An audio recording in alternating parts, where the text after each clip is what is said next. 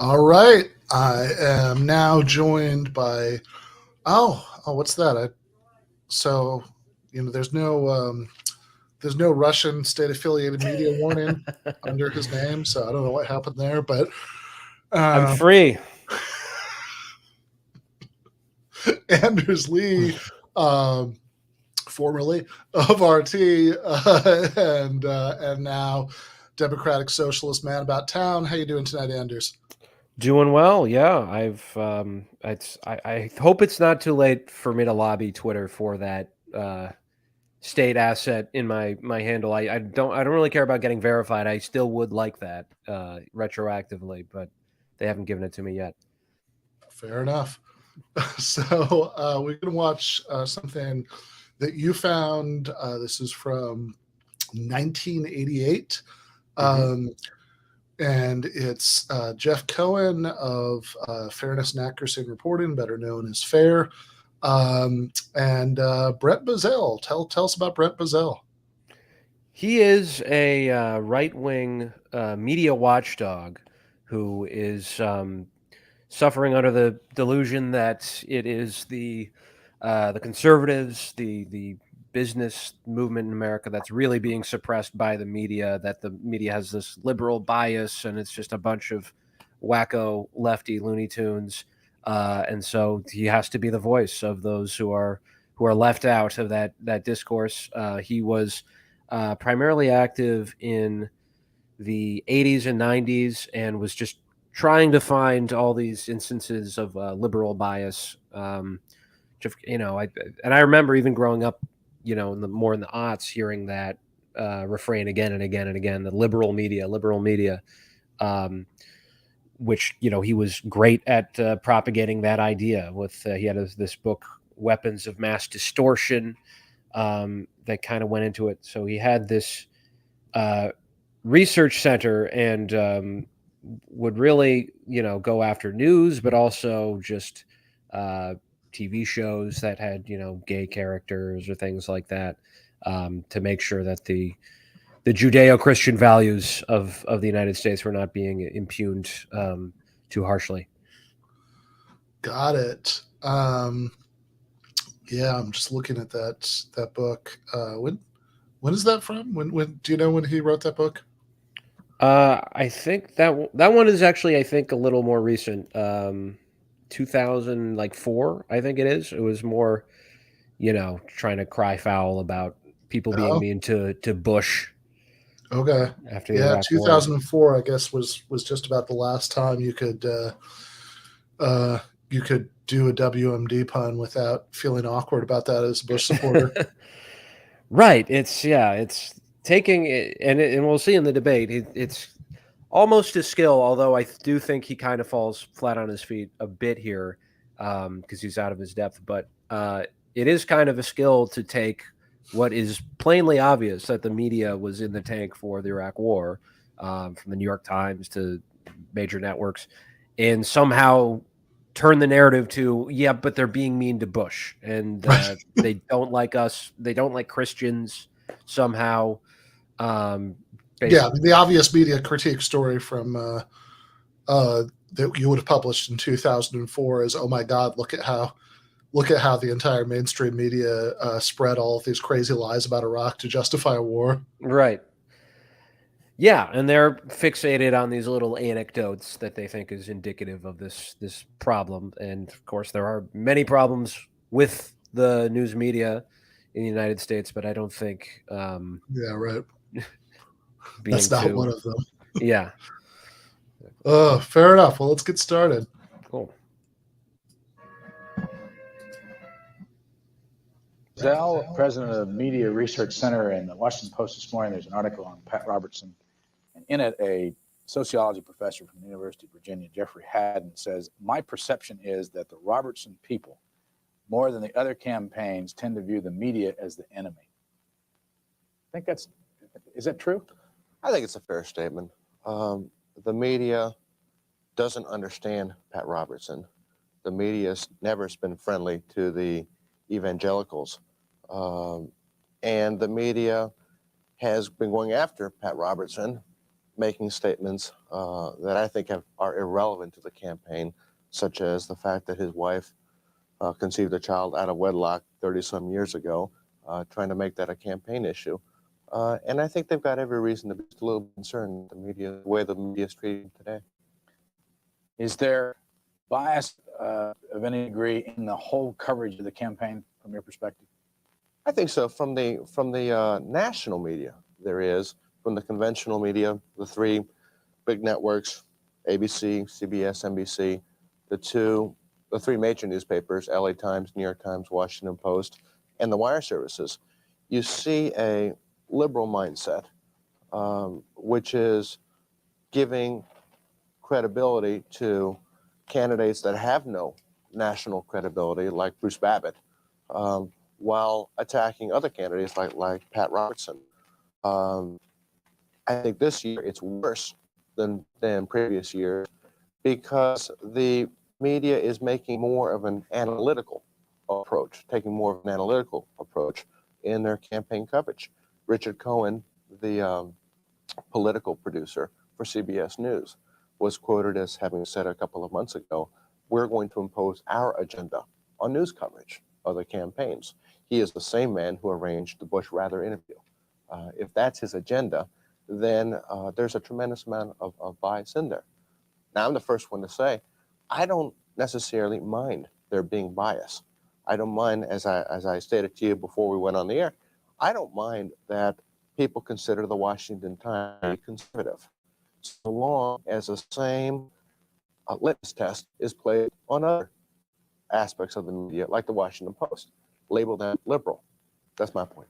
What's the Media Research Center? The Media Research Center was an organization that we incorporated last year. The idea behind it was to track the ongoing bias in the media. You know, Brian, that for years conservatives have made the complaint the media is leftist and that it's biased. But the problem was that only a couple of organizations were actually tracking the bias in the media, Reed Irvine being the main media analyst. But when you've got a multi-billion-dollar enterprise industry like the national media, just a couple of organizations ago alone couldn't do the tracking. So we got involved with the research of the media. We track, we tape, transcribe, analyze everything on the networks. And we, through the Nexus computerized system, we also analyze everything on the major newspapers. And what we come up with are just fascinating, not examples of media bias, not only examples, but also trends, long-term trends in the mindset of the media, which is definitively liberal. Where do you get your money? Private donations, all of it. No, none of it comes from the government. We've never asked for it either. Can you give us an idea how much you spend on a yearly basis? It's in the ballpark. I just wanted to pause on that for a second because that was a fun answer. Yeah, reminiscent of a debate I saw with you with James O'Keefe. right. Yeah, Another man with great hair. I do have to give both those guys that. I strongly agree with the commenter that he has great hair. But yeah, that's like, yeah, no, we're not getting money from the government, as if that's what he was asking. Right. Yeah, because that's what, the bias would entail is getting government money, right? The government is the end all be all. You don't have to worry about, business people, as if there's no sort of filtration system that goes on with reporting that comes out of privately funded media. Yeah, I mean, Brian Lamb just seems kind of checked out here. Like, I think I think a better way to ask the question would be like, okay, but like, which private individuals? Like, can you give me a top 5? It's funny because and I agree with what Cohen is going to say is that there, and this is a lot of people who think that there is no such thing as objective media. There's no objective opinion. C-SPAN, I will say, does make that a difficult case because they actually have gone out of their way to include, not the entire spectrum of left-wing thought, but way more than you would see on, even PBS. But he seems his bias is in seeming as neutral as humanly possible, so he Right. doesn't try to get too tough with the follow-ups because he doesn't want to appear to have any bent of any sort. Yeah, no, that's fair. I just remember in the Christopher Hitchens comment in his memoir about how he thinks, in retrospect, the thing keeping him hanging on to his socialist commitments during the last few years before he officially gave it up was that every time he went on C-SPAN, Brian Lamb would ask him if he was a socialist, and he wouldn't give him the satisfaction of saying no. You still a socialist? Yeah. All right. Makes yeah. Yeah, I'm sorry, you were saying? Oh no, I do wonder what Brian Lamb's real opinions are, but I think probably moderate. Fair enough. All right, let's keep going. Park of $1 million, just a little bit less actually. To our audience, we also expect the gentleman who heads our organization, FAIR, which approaches the whole thing from the other side, Jeff Cohen, to be with us before the program's over. We hope he is. He has to be down from New York, and there may have been a delay, which is not unusual for shuttles. You said you've found a lot of fascinating things. Let me just ask you a general question. What's the most fascinating thing you've found so far since you've been tracking the presidential campaign? That's a tough one. I'll give you a more recent one. The media has got a mindset. The Washington Post, in particular, you're from Washington, D.C. The Washington Post is forever analyzing the economic situation in this country and forever finding something wrong with Reaganomics. No matter how good the picture is, there's always something wrong with it. We saw a quote front page of the Washington Post about 2 weeks ago. The lead story, the headline, "Economic surge raises concerns." That's about the best one I've seen recently. Nothing can go right if you're Ronald Reagan in the eyes of the Washington Post. What do you do with all that information? Well, we have a newsletter, Media Watch, which we circulate around the country to our donors, also to every conservative activist around the country, and to the media itself. The idea being to conservative activists to give them the ammunition they need to fight to combat the media, and for the media to let the media know we're watching every single thing that they're doing, and every instance of bias that we get our hands on, we're going to circulate nationwide. And it's had a pretty good impact. In this morning's U.S. News and World Report, which is dated February the 29th, it's not about news per se, but it's about sports. And this whole page is devoted to the distorting lens of politics. In theory, television has created a global village. In fact, it has only reinforced the jingoism of the Olympic Games. I don't know, have you watched any of the coverage? I've watched very little.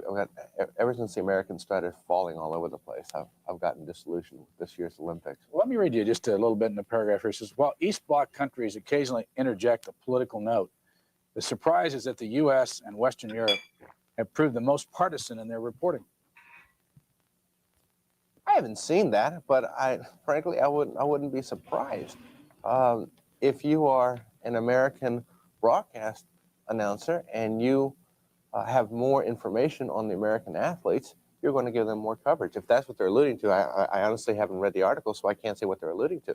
But if they're talking about giving more coverage to the American athletes, I can understand that. I think what I've seen in issues like the figure skating, et cetera, I mean, they've given tremendous amount of play to the Russians and East Germans, et cetera.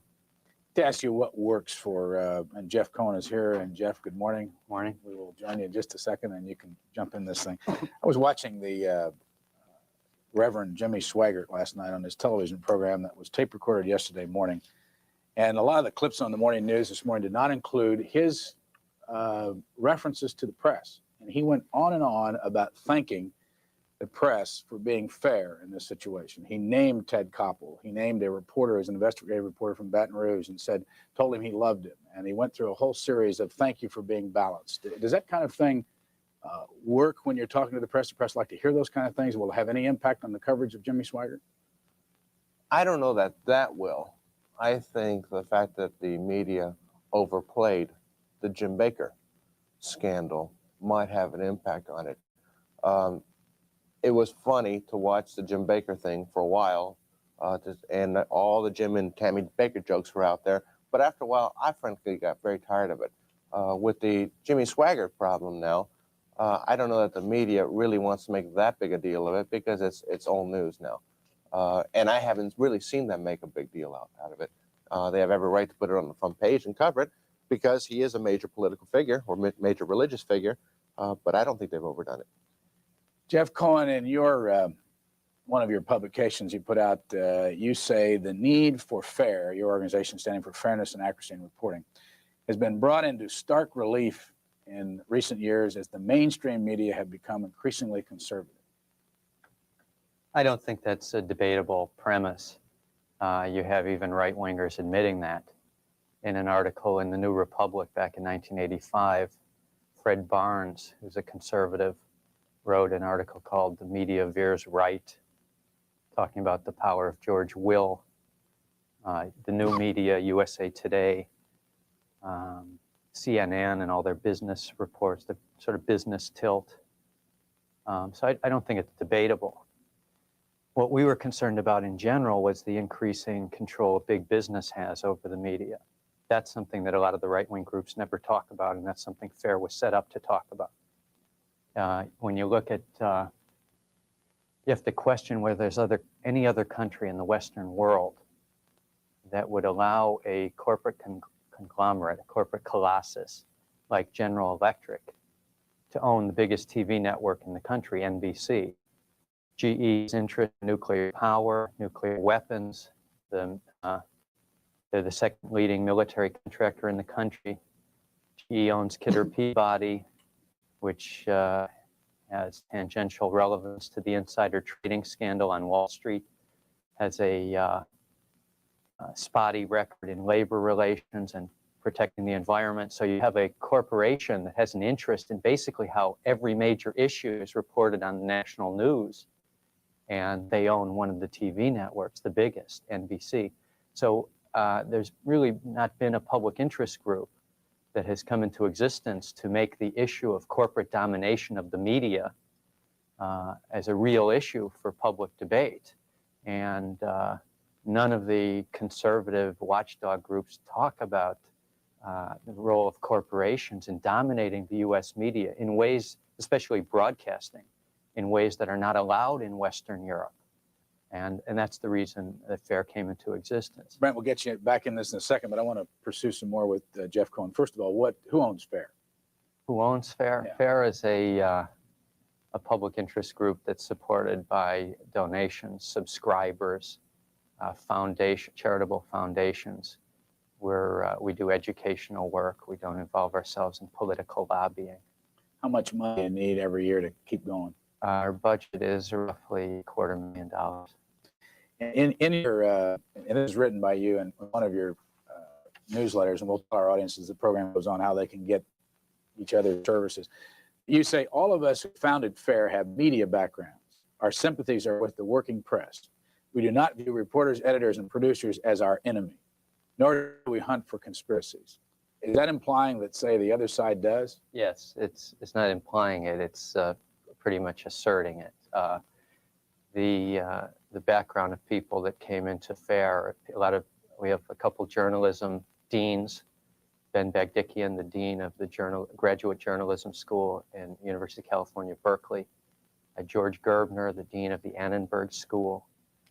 We have a bunch of freelance writers and investigative writers.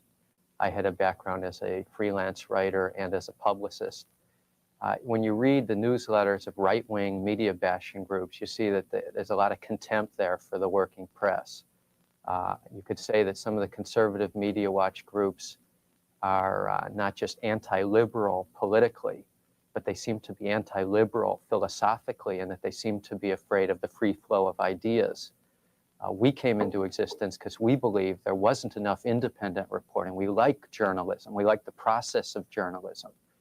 We like it when a reporter works on a story for 2 months and exposes something, whether it's corporate abuse or some charlatan who is a religious preacher. And that's when we say we're the media watch group that's sympathetic to the working press, that's what we mean. Are you motivated by politics? And I ask both of you this. Are you motivated? Let me go to Brent so he can start this. You can think. All right. Initial thoughts before we go to Brent.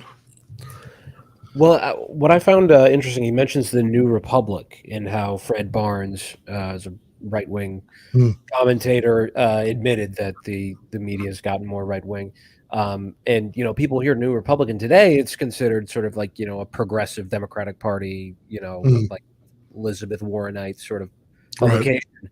But it's almost hard to conceive of how right wing just the intellectual media was in this point in history. The New Republic back then, I think they were considered more of like a capital L liberal, like moderate paper or magazine, but they were publishing stuff that was like vehemently pro Contra in the 1980s. Not long after this, they published a race science essay from Andrew Sullivan.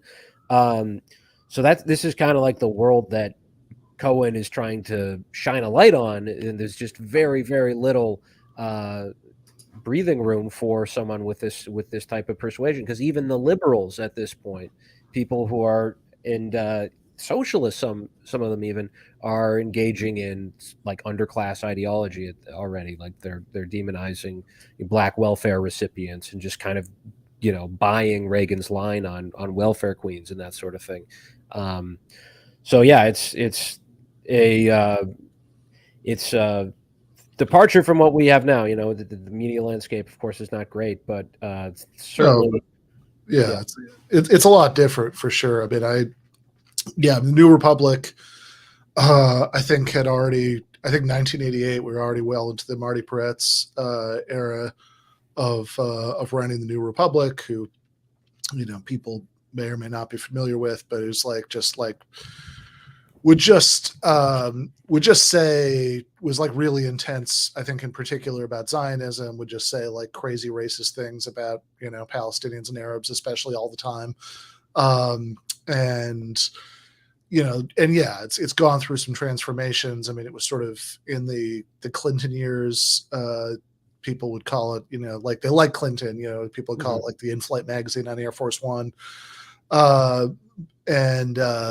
But then, so it was this like very centrist kind of New Democrat thing. And then, and then they got a lot better for a while. Like they were, like Adolf Reed, was being published in the New Republic. And then I'm not quite sure where they're at now. I think maybe the Warren thing is about right. I don't know. But yeah, I mean, I think this is also like 1988. I mean, this is still very much like the media landscape, like Chomsky and Herman were writing about in Manufacturing Consent.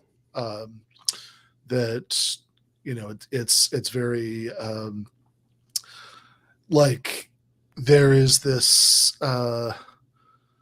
in general. I mean, obviously C-SPAN is the one with the most credible claim probably to neutrality, but like in general, there's at least a big claim to be, because the business model at that point, they're still trying to get everybody, right? There's like, you want the entire political spectrum to watch your channel, and the actual number of people who are watching news broadcasts is like unimaginable in 2022 terms, that like the percentage of the country that would do it. So you don't want to alienate anybody too badly. So like the kind of fair critique of it, I mean, in both senses, the reasonable critique and the organization fair is the Reason magazine critique.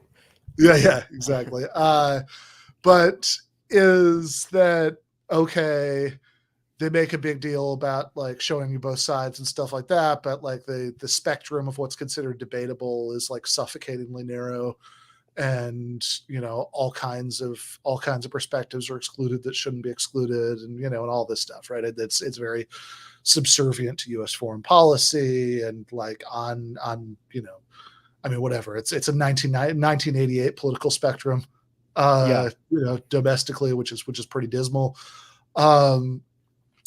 And then there's the part that's in common with 2022 media, which is like big media is owned by giant mega corporations. That is, as Jeff Cohen very reasonably pointed out a minute ago, there are like plenty of advanced capitalist countries where they would not allow that level of concentration to happen, to infect the media at least.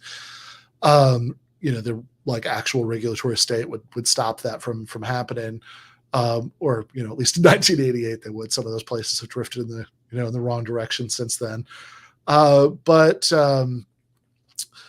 that part's the same. But I mean, it seems like the big difference is like I think about like Matt Taibbi's book Hate Inc., which I am not wild about some of the direction in which Taibbi's commentary has drifted in the last couple of years. Yeah.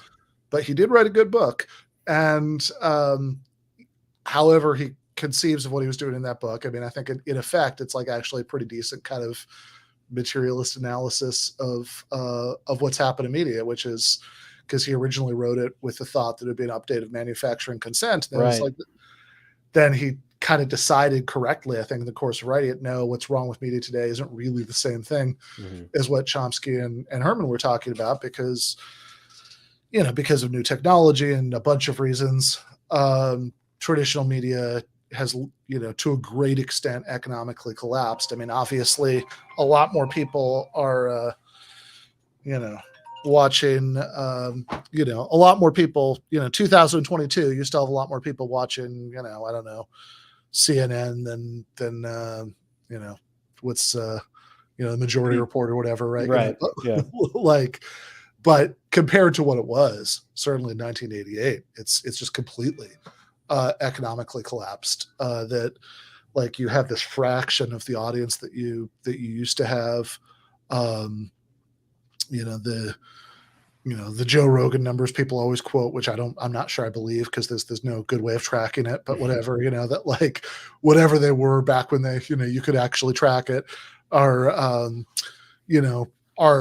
a fraction of who was watching Walter Cronkite or whoever, but it's like crazy and more than anything, for media today. And so when you just have a fraction of the audience, then the economic incentive is different. You have to pander relentlessly to that fraction. So like even the ideal, like as hollow as it often was, and as much as we're probably both going to agree with most of what Jeff Cohen says about this, right? But like as hollow as it always was in some ways, even the ideal of neutrality is largely out the window. I mean, they don't really pretend, that you just like, no, fuck that. I mean, you just do whatever's going to like keep your particular audience scared and angry and tuning in, and don't pretend to do otherwise, right? If it's right.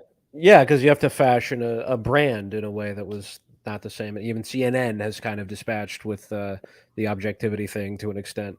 Totally, yeah. But one thing that a big change is I think of that scene in Seinfeld when they have the pitch meeting at NBC, and the executive asks, "Well, why am I watching this?" And George says, "Because it's on TV," which is something we don't really have anymore. You're overwhelmed with options and things to watch, whereas back then you turn on the TV and whatever's on is on. I mean, you have some limited control of the remote, but people would just watch C-SPAN without really caring that much about it necessarily.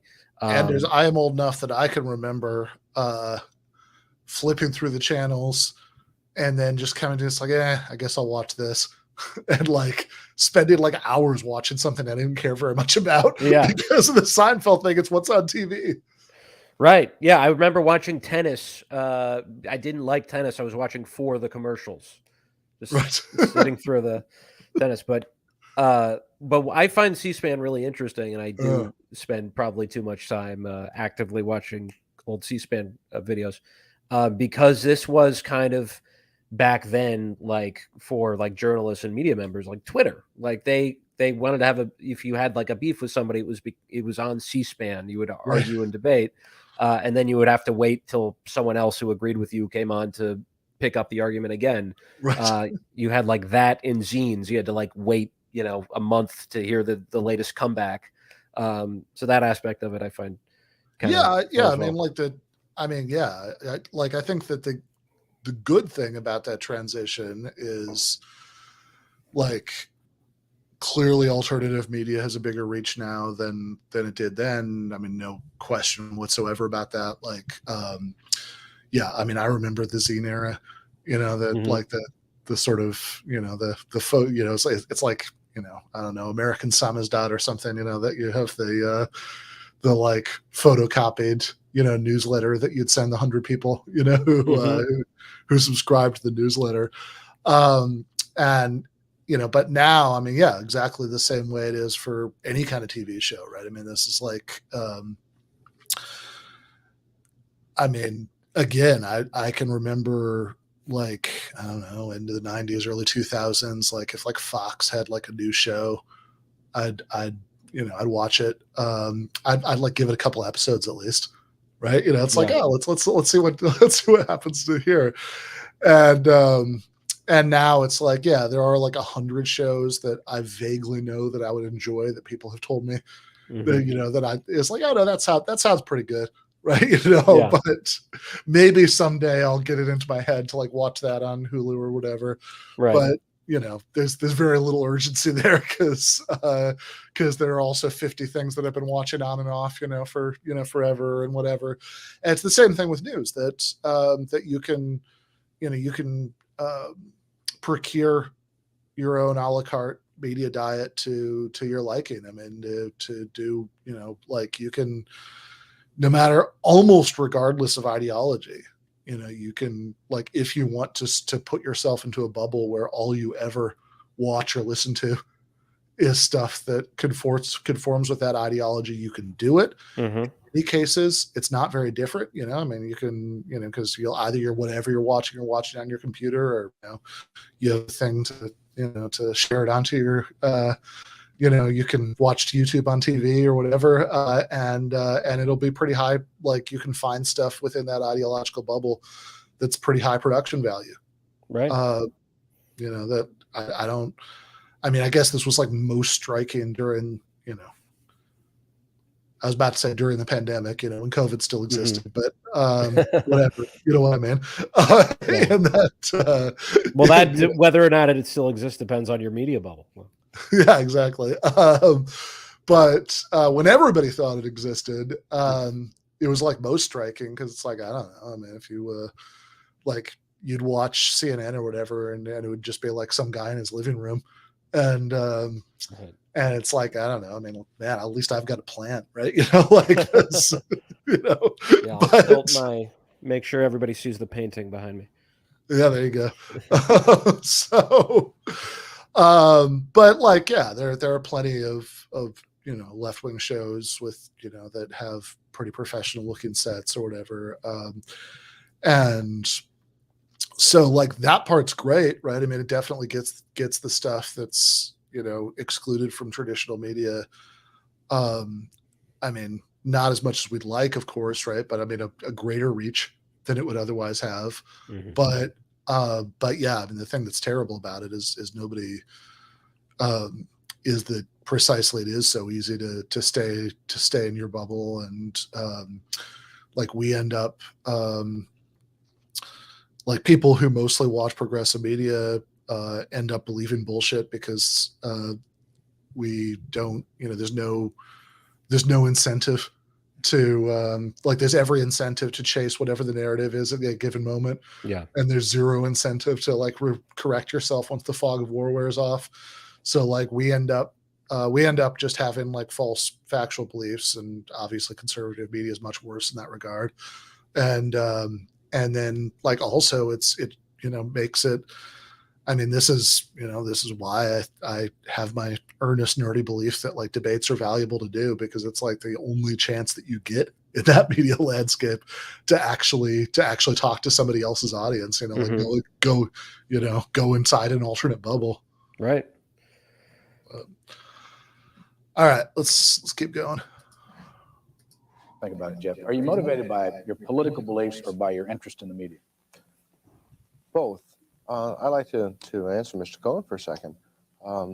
With all due respect, what you just said is pretty silly. To say that conservative watchdog groups have an anti-liberal philosophical bias is absolutely correct. If we are conservative, we are conservative. But can you say that you have an anti-conservative bias? You've just ranted and raved about the corporations, and somehow that's an attack on the media. We can get into that too. You definitely have your bias. You've got your philosophical viewpoint. You've got a radical leftist viewpoint. Admit it. Don't Yeah. act like you're I some think kind that, of objective Yeah. watchdog person. You're not. I never claimed to be objective. What I was merely talking about is when I see certain right-wing groups attacking reporters because they do good reporting, attacking reporters because they dig up stories and report them, stories that these conservatives don't like. That's something we've already we're putting out our 6th issue of our newsletter. I think anyone can pick up our newsletter called Extra and compare it to either the AIM report or any of the others and see that there's, in almost every issue of our newsletter, we've talked about reporters or cartoonists who did a good job and were somehow punished by their corporate bosses, their managers, because somehow their aggressive reporting ruffled some feathers up top. And it's that kind of difference that I think you see in the newsletter Extra that we put out compared to the right-wing newsletters, and there seem to be a whole bunch of them now. Let me ask you both, and I want to do a little exercise here and have you look at a couple of newspapers this morning and, from your own perspective, suggest whether or not there's any bias. What's the most effective thing you're doing? Where are you having any impact? It's hard to know. I think we're having the most impact in just public education. For so many decades, right-wing groups have been yelling about the liberal media and not even having to document a heck of a lot of it with facts. We've been able, I think, to put the issue of who owns the media on the table. We do radio talk shows every day. We put out this newsletter. We write op-ed columns in daily newspapers. And until FAIR, there didn't seem to be a concerted effort to raise the question whether a democracy can exist if a couple dozen corporations control most of the media. That's not the pluralism that the founding fathers intended. It's not the pluralism that you find in Western Europe. So I'd say our main success has been raising the issue of corporate domination of the media. And I don't have to be flipped to say that giant corporations are generally not left-wing institutions. And when you've always heard for so many decades the right-wing critique of the media as being left-wing, I think it's a little silly when General Electric owns NBC, when half of the board members of the New York Times are also on the boards of directors of major military contractors. That was reported by Columbia Journalism Review. When you see who really owns the media and the interlock between the media and the military-industrial complex, you begin to see a media that's really a big part of the establishment. And we wanted to raise public education, public consciousness about the fact that the news doesn't just come from nowhere, that people should be more skeptical of the news, and they should look to sources of information that are nonprofit or they should look to smaller sources of information, alternative weekly newspapers, nonprofit radio stations. Let me ask Brent the same question. Where can you show where you had some impact? The week before last, CNN, USA Today ran a nationwide poll on the political coverage. 66% of the respondees maintain that the media is biased. Again, I don't mind if the media is biased. I don't mind if it has a subjective viewpoint. I do mind that it claims that it's objective when it's not. And as long as we can convince the American public to look at the national media with a jaundiced eye as liberal mouthpieces, then we've had an impact. Okay, let's do a little exercise here. And Monday's a good day to do this because often there's not a lot going on over the weekend. And newspaper editors have to make a decision on Monday on what they're going to put on their front pages. And we're going to pick the New York Times, which I assume you read a lot, both of you, and the Washington Times. Do you see the Washington Times very often, Jeff? On occasion, I haven't made a habit of it. Talk about a biased newspaper. All right, before we start then, and before I show the audience and you what the front pages look like, each of you very quickly, in 30 seconds, explain what you think the New York Times is, if they have a bias, and the Washington Times and whether they have a bias. On their front pages now, not their editorial page. New York Times has a bias toward the Cold War, toward the establishment. The Reagan administration has been trying to fixate attention, for instance, in Central America on one country, Nicaragua. The New York Times, we've counted their column inches. They write many, many more stories negative about Nicaragua than they do about neighboring countries, for instance, El Salvador, Guatemala. They have far worse records. So I'd say it's Cold War centrist. Okay, now what about the Washington Times? Washington Times, as is rarely mentioned in the media, is owned by the Mooney cult. They have raised money on their pages to give to the Contras. They make no pretense of objectivity. They're a right-wing newspaper, and they publish a lot of what I would call disinformation. Okay, let's stop there and then ask Brent, what about the New York Times from your perspective? Front page, not the editorial page. I don't think you'll find a single weapons contractor in the country who will say that he views the New York Times as a mouthpiece for his agenda. It's a liberal newspaper. It has in recent years gotten a little. That should definitely be the standard. Right. Yeah, I mean, if you're doing something right, they'll be burning you in effigy. But I don't think they're doing that either to the New York Times at this point. It seems like this Bozell is not really used to debating so much with Cohen's politics. He's used to, when he does debate, somebody who would be a booster of the New York Times, Democratic Party stalwart, and doesn't quite know how to make sense of it. So he's just refusing basically to take up the pretty blatantly obvious point that this is the bias. It's an institutional one, has to do with funding and backing, and not just silly little anecdotes. Yeah, I mean, I think that it's good too, because I think that like what Bozell would be all over is, I think the New York Times, I mean, whatever, I guess if he said, I think it has a conservative bias, or, or probably really what he'd be more, that'd be a more unusual claim. But I mean, like probably really what he'd be expecting is, I don't think the New York Times has a bias. Mm-hmm. Right. And then like, that's what he'd be prepared to argue for, that no, they do. What about this story? What about that story? But yeah, I don't think he knows what to say when Cohen's like, yeah, its bias is like pro like establishment institutions and pro the Cold War, and and against Latin American leftist governments and stuff like that, which is like all obviously true, although it's also totally irrelevant to the stuff that Bozell wants to fixate on, which is like, do people who write for the New York Times, I don't know, did they vote for Walter Mondale in 1984? They endorsed him. He does have that. Didn't make much of a difference, but they did. This is I just looked this up. They're talking now in February 1988, I think. This is like right around the time there was a Supreme Court case between Hustler magazine and Jerry Falwell. Oh, yeah. Because they had, Hustler had made a cartoon, a fake advertisement with that, said Falwell was the product of incest, clearly a parody.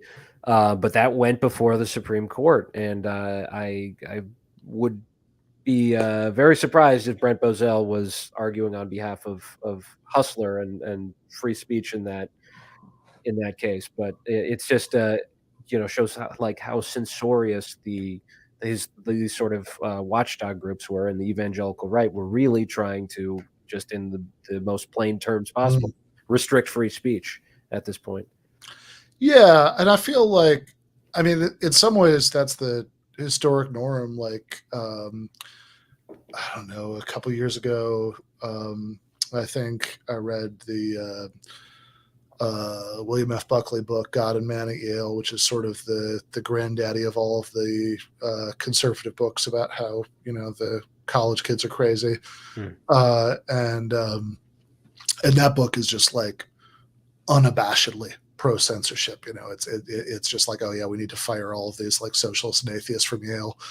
And then I think it sort of very slowly evolved to this point where I think probably I don't know if they were there yet in 1988, but like I feel like in the 90s and 2000s and 2010s, maybe especially, like, but somewhere in there, like they really decided to start saying that they were the people who love free speech the most. Yeah.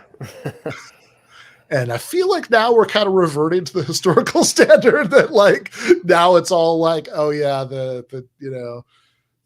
teachers are grooming the kids, and we need to fire everybody and purge the ungodly books from the public library. Right. Yeah. They'll find a way to mangle the logic, and yeah. All right, let's keep going. A little bit better. It's still liberal. How about the Washington Times? Washington Times is conservative. the Washington Times itself says it is. It is in the coverage that it gives. It doesn't have anything to do with honesty or dishonesty. It does have to do with the issues it claims are important, and it covers more conservative issues. Why is it, let me just ask one question. Why is it that right-wingers who are always talking about the threat of totalitarianism have never questioned their alliance with the Mooney cult, which puts out this newspaper? The head of that cult tells people in the cult who they should marry. Their founding principle, I think it's called the divine principle, is anti-democratic, explicitly rejects constitutional democracy. Okay, hold on. Let Brent answer, because I want to get onto the, Okay, because we got to get to the phones. My answer to that is that you'll never see that anywhere in the pages of the Washington Times. And to read the Washington Times certainly does not mean to subscribe to that religion, which I don't. But two And I editors have left that newspaper claiming they had no independence, that it was a Mooney paper, is what the first one. Okay, hold on. Let's go to the exercise here. You can get into this all you want to later. But for our audience, they can look at this too. Let's, Sheree, take your time and look at this front page and go up close on the headlines, starting over here, and we'll work across and see, you gentlemen study this for bias. Schultz pressing the rights issue in Moscow talk. This is the goofiest thing about these old C-SPAN clips that, you know, Brian Lamb taking out the physical newspapers and putting them on screen. Right. He's kind of like a teacher, like a high school teacher or something. It's getting people's. I mean, it is kind of interesting in a way to have, you know, like they have a stack of newspapers and you get, what's your take on this headline? What's your take on that? How do you think of the way it's framed? And, but yeah, it definitely has some retro vibes. Yeah.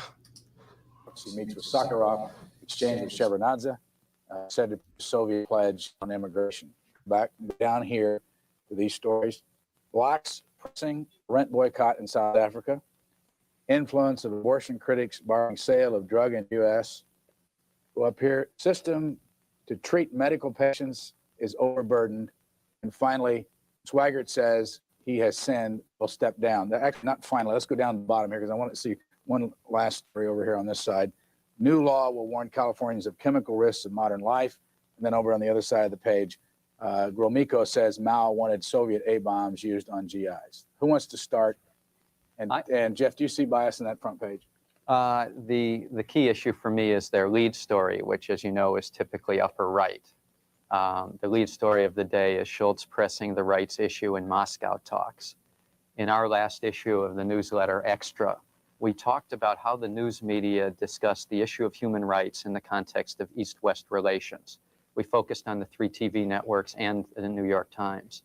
There seems to be an assumption in the media shared in the White House that the refusal of Soviet Jews to emigrate, something that I certainly believe that everyone should emigrate and immigrate. I believe in free travel. It's a human rights violation. That, according to the media, is a human rights violation. But homelessness in America, for instance, is not. And it's an assumption that they all share. When Tom Brokaw interviewed Ronald Reagan on the eve of the summit, it was clear in his question, he said, Brokaw was saying that's not a human rights issue. The Soviet Union will focus on, for instance, the dissidents of the Soviet Union. And when Professor Ed Herman counted how many times, for instance, Soviet dissidents were mentioned in the New York Times, and how few times dissidents in the so-called free world, some of our client states, some of the Latin American countries, Turkey, how few times dissidents are mentioned from those countries, that's an institutional Cold War bias of the New York Times. Okay. Brent, did you see any bias on this front page? No, I didn't. With one possible exception, if I could take just one gander at it. The article that says system to treat mental patients is overburdened. Nothing wrong there. Doctors fear a collapse. Nothing wrong there. I'd be interested in reading the story. I bet you I could find you some bias in the story, but I really don't see anything. Well, let me ask a question of the two of you. Why isn't homelessness? I mean, we've pondered in our newsletter how you could work it.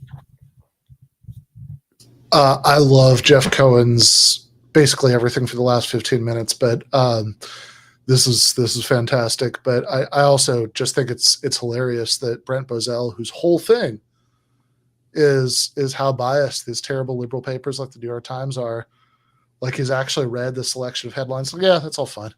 Yeah, right. Because I think he's trying to seem like not as zealous as he really is. He also seems, I can't tell if it's because I think they record these things really early. So Yeah. I can't tell if he's just really tired or kind of drunk. Because he seems a little bit loose and just serious bags under his eyes. But also wanted to mention too the thing about the Moonies. His point is that, well, if you read the Washington Times, they're not telling people to become Moonies, as if that somehow invalidates the fact that Yeah, their the own. Moonies might run the whole show and tell you what you can cover and what you can't cover, but they're not actually advertising the Mooney connection in the paper for some odd reason. Yeah. Like, I wonder why not. Right. Yeah, no, that's fantastic. It's also just like, I mean, it's kind of funny. Somebody in the chat, I think, was saying some smart and plausible things about when debates are useful and when they're not useful and why they don't like sort of performative confrontationalists and all that. And I agree with all that, but also I've got to say I found it hilarious to see Jeff Cohen keep bringing up the Moonies. Yeah. Because it obviously makes Bozell so uncomfortable with it. It's obviously he's so Right. unwilling to engage. Yeah, because I'm sure he has, his own. I think he's like Catholic or something, so he probably has some personal. Yeah, probably bias doesn't. He against probably them. doesn't want to be like, yeah. No, that does make me feel a little bit uncomfortable. Good Right. point. In New York and Washington, and be a reporter, and go from home in your apartment or your house to your TV station or newspaper, and not see. I live in New York, and I come across about 10 or 15 homeless people every day on my way to work, which is not a long walk. And the way that the Reagan administration has not wanted human rights, has not wanted homelessness defined as a human rights issue. The media has obliged. But according to the UN Declaration of Human Rights, and most international, or I would say fair-minded looks at human rights, what is and is not a violation, it would seem to me that the homelessness in the richest country in the world should be seen as a human rights issue, but the New York Times never does. Okay, we're running out of time. Do you want to comment quickly, Brent? Or do you want to go into the Washington? That I think you see the homeless issue in the front pages of the media and on the networks all the time. Okay, we can't solve that here. We've got just enough time to do this page. Here's the front page of the Washington Times. The lead story: Ortega threatens to crush Contras. Down here, determined Obando calls Managua's hand. Over here on the other side, computer export to Moscow probe. Down below that, Swaggart bows out amid sex scandal. And over here is an exclusive to the Washington Times. Representative Murphy used mistress, son in alibi for ethics panel. And then down at the bottom, horrific nightmare may scar 4 little lives. That's a local story. And over here, pollsters finding few clues on who will prevail in Virginia's first primary. Brent, you want to take that? From the subject of bias, is there any slant toward a conservative viewpoint here? That's a good question, because what you have here are stories: the Ortega story, the Obando Bravo story, the Congressman Murphy story, the computer export to Moscow probe story. Those are stories that are of more interest to conservatives than they are to liberals. Now, is there anything dishonest or misleading in there? That's quite another question, and I warrant that there isn't. Is there a conservative issue agenda here? Absolutely. I think it's almost a waste of breath to talk about whether the Washington Times is biased toward the Contras. They openly raised money for the Contras. I don't think in that newspaper you learned, for instance, that a congressional report found 17 of 18 Contra commanders were members of the Somoza National Guard, the dictatorship. So, I mean, I haven't read the 2 stories, and I hate to talk about stories I haven't read. But it looks like it's part of the Washington Times pro-Contra. Actually, where I was getting at is here just selection of stories. Sure. And whether it looked like people of different minds were to select different kinds of stories. Is this good or bad, the fact that you have these 2 completely separate newspapers available to you to read? And do you worry about? I think it's great. What's the problem is there are no papers of the left in this country, no dailies. No dailies anywhere Right. of the left. Right. In Western Europe, it's quite common. You have a broad spectrum of dailies. And that's the problem. The New York Times represents the Cold War center. Washington Times represents the right and is owned by the Moonies. And then you really have nothing, let's say, equivalent to the Washington Times of the left. And that's a big gap. On television, I think public interest viewpoints and peace viewpoints and left of center viewpoints are excluded even worse than in print media. Agree with that, Brent? Absolutely not. You're not talking about left of center viewpoints being ignored. You're talking about left of left being ignored. No, I'm talking about the equivalent of a Washington Times on the left. Name it for me. The Washington Post. Oh, You've please. got- The Washington Post, you're- which endorsed you're- Contra aid on yesterday. That's not a left-wing position. For the first time. Yeah, well, a left of center, you may not know it, but the left and 2 out of 3 Americans is against Contra aid. For the first time. If your mindset is that these newspapers are centrist or conservative, whatever you want to call them, your mindset is way to the left, Jeff. You've got to understand that. You espouse a radical mindset. No, I don't think so at all. I think it's real clear that the Washington Times carries the agenda of conservative organizations. There is no daily newspaper in the country, and you have not named one, that carries the agenda of progressive activist organizations like the Washington Times does for the right. In television, the bias is even more clear. Let me just name you. I mean, you've got, let's just throw television onto the table because we have We're going to the phones in about 30 seconds. All right, so go in ahead. in television, you have right-wingers, people who write for right-wing magazines who host numerous television shows. But the left magazines, The Nation, Mother Jones, The Progressive, which have circulations equivalent to the National Review and the American Spectator, those people are rarely seen on TV. Buckley and McLaughlin are 2 editors of the same right-wing newspaper. Let Brent answer. So Okay, and they host 3 TV shows between them every week. First of all, William F. Buckley's show has been on for 20 years. It is publicly funded and privately funded. Secondarily, I heard you on your program last week on C-SPAN ranting and raving about the evangelicals who are on television, again, privately funded. Right, and Then why is it GE and no other military contractor gives them money for this. except when progressives had to put up the same money to buy programs for their point of view, for instance, against the nuclear arms race and for the freeze.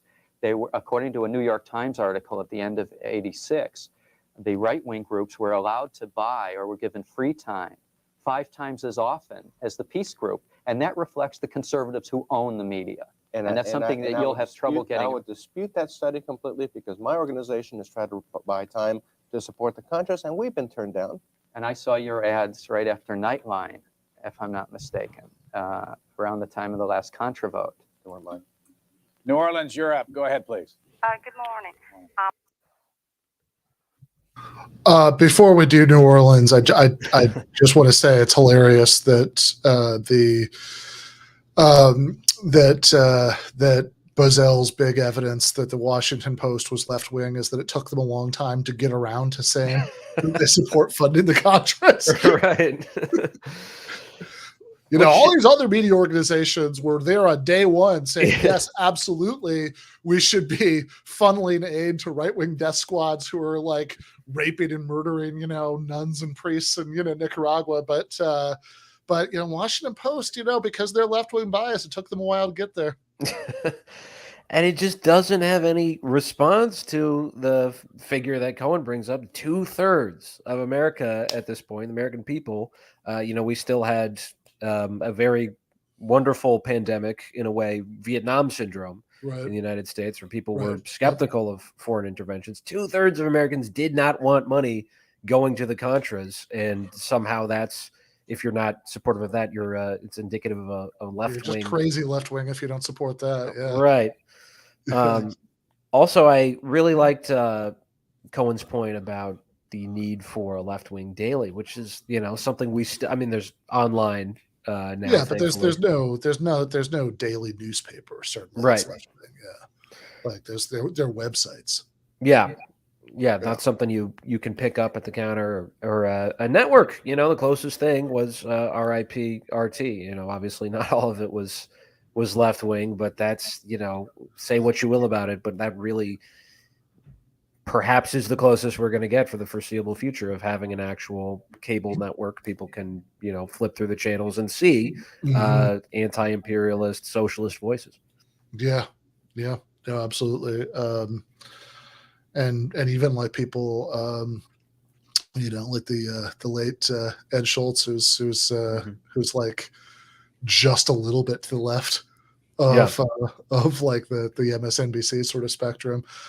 Yeah, no, I think, I think so, which makes perfect sense, because you have, it's there's some like sort of weird enemy of my enemy stuff that'll lead, sometimes, foreign entities to, to like provide a platform to stuff that they would never allow, in their own society, Right. The exact same point of view. But yeah, and yeah, that is gone now.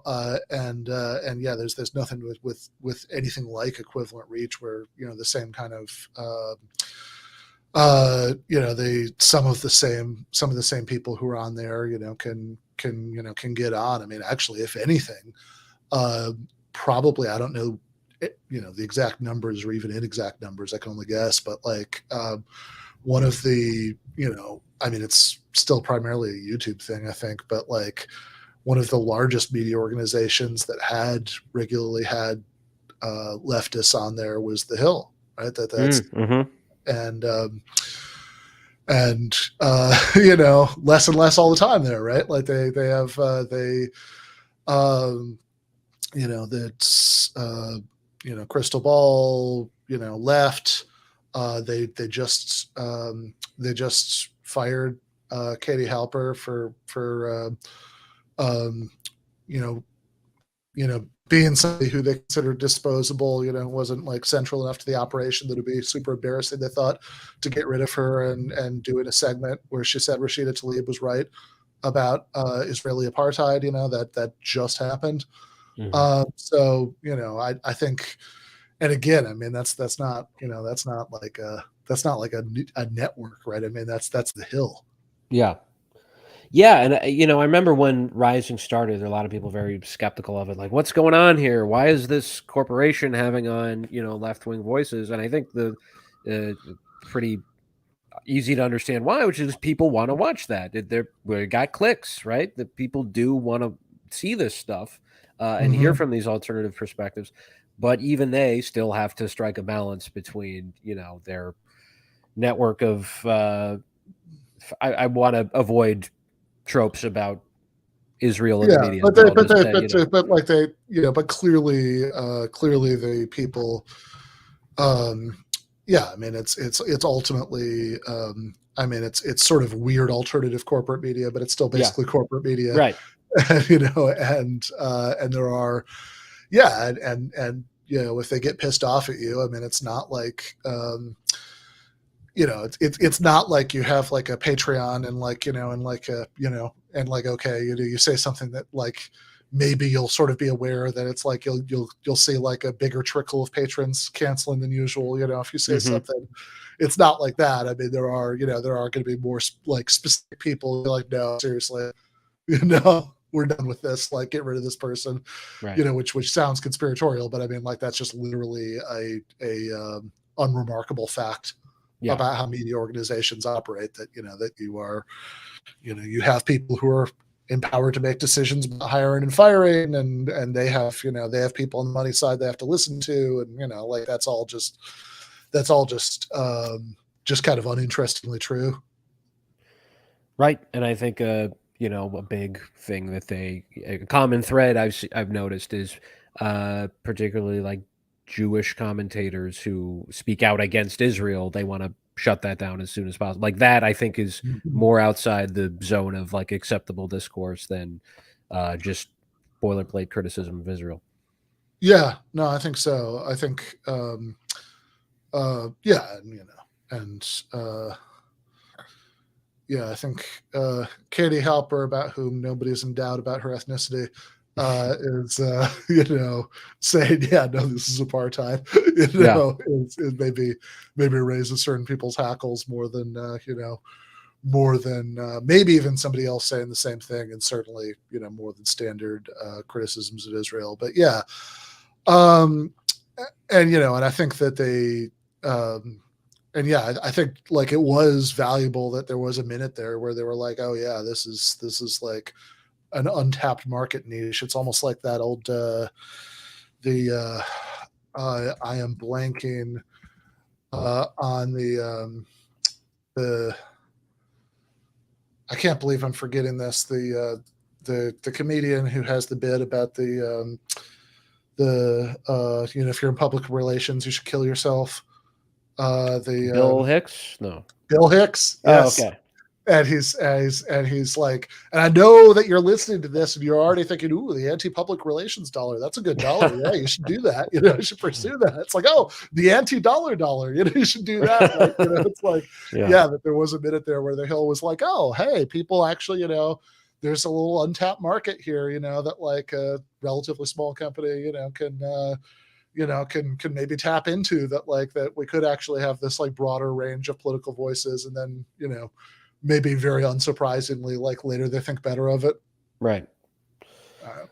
Let's hear from let's hear from New Orleans. I want you now on my way to the airport. I have to stop and call. Don't miss your plane. Okay, I won't. Don't worry. There's a few points, real brief. I am so glad that there's an organization called FAIR. The media is so biased, it's criminal. Ronald Reagan should be impeached. He's lied, cheated, and stole from the American public. To me, that's a common criminal. As far as Pat Robertson goes, I agree with Pat Robinson. Social Security should be scratched. Other than that, I don't know. Jimmy Swaggart, he didn't come forward. He got caught. My point being, there is no law broken unless you get caught. All of our corporate executives are based. Their whole structure is based on the executive branch of our government. And when our government at the top lies, cheats, steals, breaks every law in the books, and nothing happens to them, that's what's happened to our corporate executives. They are unscrupulous. They don't care about the people that work for them. They care about nothing but themselves. Okay, thank you. Who wants to react to our caller from New Orleans? I just put one thing out on the table. The Media Monopoly is a book by Ben Bagdikian, which talks about the role of big corporations in owning the U.S. media and the impact that sometimes has when aggressive reporters, their reporting veers from what the corporate owners would like, and the number of reporters who have been fired, some books that have not been published. It's an important book for people to read. If they want to read one book on the media that FAIR recommends, it would be the book called The Media Monopoly from Beacon Press. Okay, Brent, we'll come back to you after we take this call from San Jose, California. Go ahead, please. Yes, for Mr. Bozell. I mean, I'm not trying to impugn your intelligence, but it seems like the man does have a point without being right or left. If I own a newspaper and I'm very wealthy, my family has been conservative for generations, and certainly I'm not interested as a very large owner of corporations. Let's say Mortimer Zuckerman, for example. I'm not interested in promoting the activities of labor unions, and that's perfectly legitimate. I certainly wouldn't want to promote the radical labor activity. And therefore, as the owner of the paper, doesn't 1 + 1 = 2? Don't I have some influence over my reporters, over my editors, over everything? Now, you multiply that out with my advertisers also are relatively conservative, whether it's General Electric or anything. And there's nothing wrong with that. Shouldn't they be allowed to say, I'm going to shaft, I'm going to stick it to the left, I own the paper, I have a right to say anything I want? And I think this FAIR guy does have a point. Okay, thanks, San Jose. Brent? So some good points have been raised. First of all, I'm not in the business of being a defender of GE, but I do point out a couple of things. One is that I don't see any substantial or any evidence that GE somehow runs the philosophical content of NBC.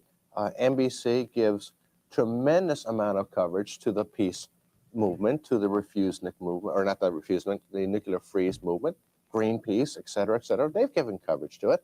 I don't know that the NBC corporate bosses come down and say, we're going to take away your First Amendment rights. But it is an interesting question, which is, does GE have that right to do it? And I would maintain that if GE wanted to impose its corporate agenda on it, it has every right to do so. And the viewers have every right to look at NBC, if GE did this, as a GE-controlled propaganda outlet. I see nothing wrong with that. But I do want to bring up one point, Brian, which Mr. Cohen has mentioned the fact that the networks are controlled by big businesses. No, they're owned. Oh, they're owned. Yeah. But they are big businesses. They're multi-billion-dollar businesses. No mom and pop grocery store is going to be able to own them unless you want the government to own them. Is that your agenda? It's interesting.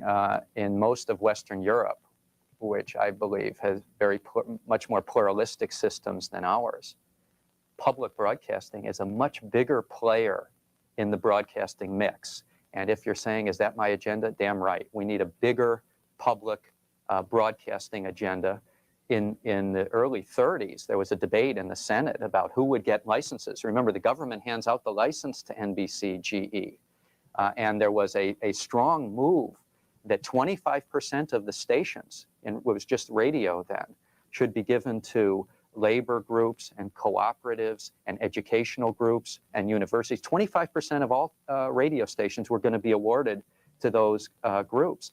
That would have been a much more pluralistic broadcasting system. How can you say that you're in favor of First Amendment rights and that GE is wrong when you want the federal government to control it? No, I'm not saying the federal government should control it. Well, if they decide no, who can that's have not- it. Gentlemen, Well, they we get control- there. Grab a call from Waldwick, New Jersey. We got plenty of time, but we got to get these callers on. Go ahead, please.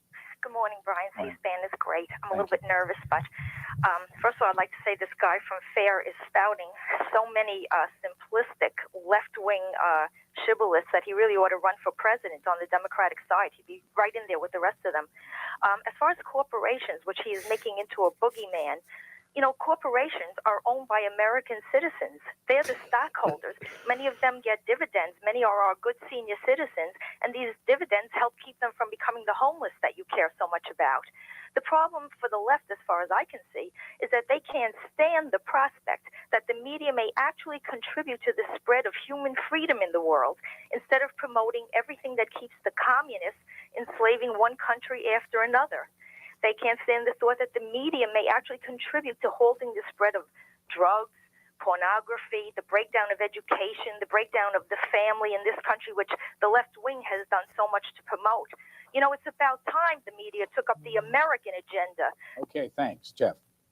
I was hearing a lot of right-wing shibboleths from the caller, but if the caller thinks that the media is somehow doing a good job against pornography, I would say that pornography, pornography is a media industry. It was hard for me to get some coherence out of it. Salt Lake City, you're next. Brian, I wanted to congratulate you. A week ago last Friday, you had a guy on from the Washington Times and from Wall Street Journal, and they supported Jack Kemp. That was on one of those roundtable discussions. Yeah, I liked that one. Yeah, I saw the FAIR conference where they had some MIT professor saying that Honduras was a client state of the United States, and I wanted to ask. That was Mr. Cohen, isn't it? I wanted to ask him if he thought that whether Nicaragua, whether they were communists or whether this is just some kind of nice government down there. I just want to get an idea of his ideology. Okay, thanks. Now, we were talking earlier about what's changed since 1988. One thing that has not changed is that all the worst people in the world are obsessively hate that MIT professor that was referred to. Right. The old, he still has his MIT email, by the way, if anyone wants to ask him a question. And he answers his email. That he does. Yeah.